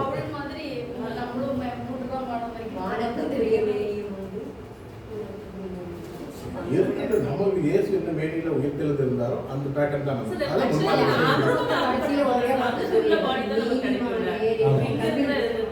இப்போ வந்து இப்போ டேனி சொல்லும்போது பார்த்தீங்கன்னா 1000 வருஷம் ஆச்சு நம்ம பூமியில் இருக்க போகிறோம் அப்படின்னா அங்கே வானத்துக்குரிய மேனி கிடைச்சுன்னா இந்த பூமியில் வானத்துக்குரிய மேனி வச்சுட்டு என்ன பண்ண போகிறோம் இருந்ததும் அந்த மேனி தானே. அவர் கூட்டின கதவுக்குள்ள வந்தார்.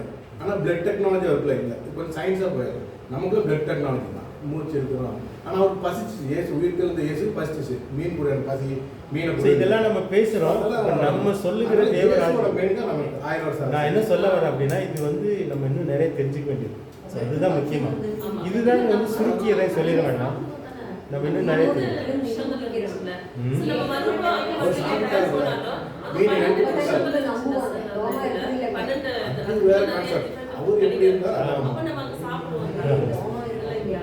பேசி வந்து உயிர்த்தெழுந்ததுக்கு அப்புறமும் மீன் சாப்பிட்டு காமிச்சு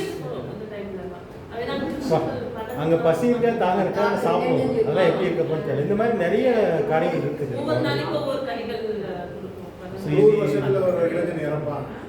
இப்போ வேதம் சொல்லுகிற தேவராஜ்யம் வந்து நிறைய டைமென்ஷன் இருக்குது. நம்ம வந்து இன்னும் அதை முழுக்க புரிஞ்சுக்கல, புரிய முயற்சி. தேவராஜ்யம்னு சொல்றது வந்து நீங்க வந்து சொல்றது வந்து அந்த 1000 வருஷ அரசாட்சியே சொல்றீங்களா, இல்ல 1000 வருஷ அரசாட்சி நீங்க வந்து ஒரு பாட்டுக்குள்ள போட்டு அடைக்காதீங்கன்னு சொல்றேன். நான் சொல்ல வரதே என்னன்னா இது நிறைய டைமென்ஷன் இருக்குது. அது புரியறதுக்காக நம்ம வந்து மனசை திறந்து வச்சுக்கலாம்.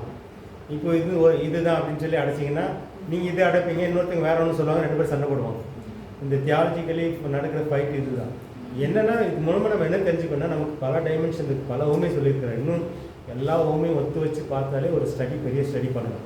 நம்ம கொஞ்சம் தான் பார்த்தோம். எல்லா தேவராஜ்யத்தை பற்றி பரலோக ராஜ்யத்தை பற்றி அவர் சொன்ன இயேசு சொன்ன உண்மையை மட்டும் நீங்கள் ஒத்து வச்சு பார்த்தீங்கனாலே நமக்கு ஓரளவுக்கு வெளிச்சம் கிடைக்கும். இன்னும் அதை ஒத்து வச்சு இப்படியெல்லாம் பார்க்கும் போது தான் நமக்கு இன்னும் புரியும். இதெல்லாம் முழுக்க சேர்த்து பார்க்கறதுக்குரிய அறிவு வந்து கிடைக்கல. நமக்கு தேடுகிறோன்றது தான் முக்கியம். அதனால் எதையும் வந்து சுருக்கி நம்ம சொல்லிட வேண்டாம் இதுதான் அப்படின்ற மாதிரி சொல்லும் போது வந்து நமக்கு அது முழு தன்மை நமக்கு புரியாது. நிறைய காரியங்கள் இருக்குன்னு சொல்லலாம். அது மாதிரி ஒவ்வொருத்தரும் அட்ராக்ட் பண்ணுறதுக்காக அந்த ஒவ்வொரு காரியங்களை வச்சுருக்குறாங்க அப்படின்றத நம்ம தெரிஞ்சுக்கணும். இன்னும் நம்ம நிறைய தெரிஞ்சுக்கணும். தேவராஜ்யத்தை பற்றி நம்ம நிறையா தெரிஞ்சுக்கணும். அதுக்கான தாகங்கள் இருக்கட்டும், ஆசைகள் இருக்கட்டும். வேறு எதாவது கேட்க விரும்புறீங்களா?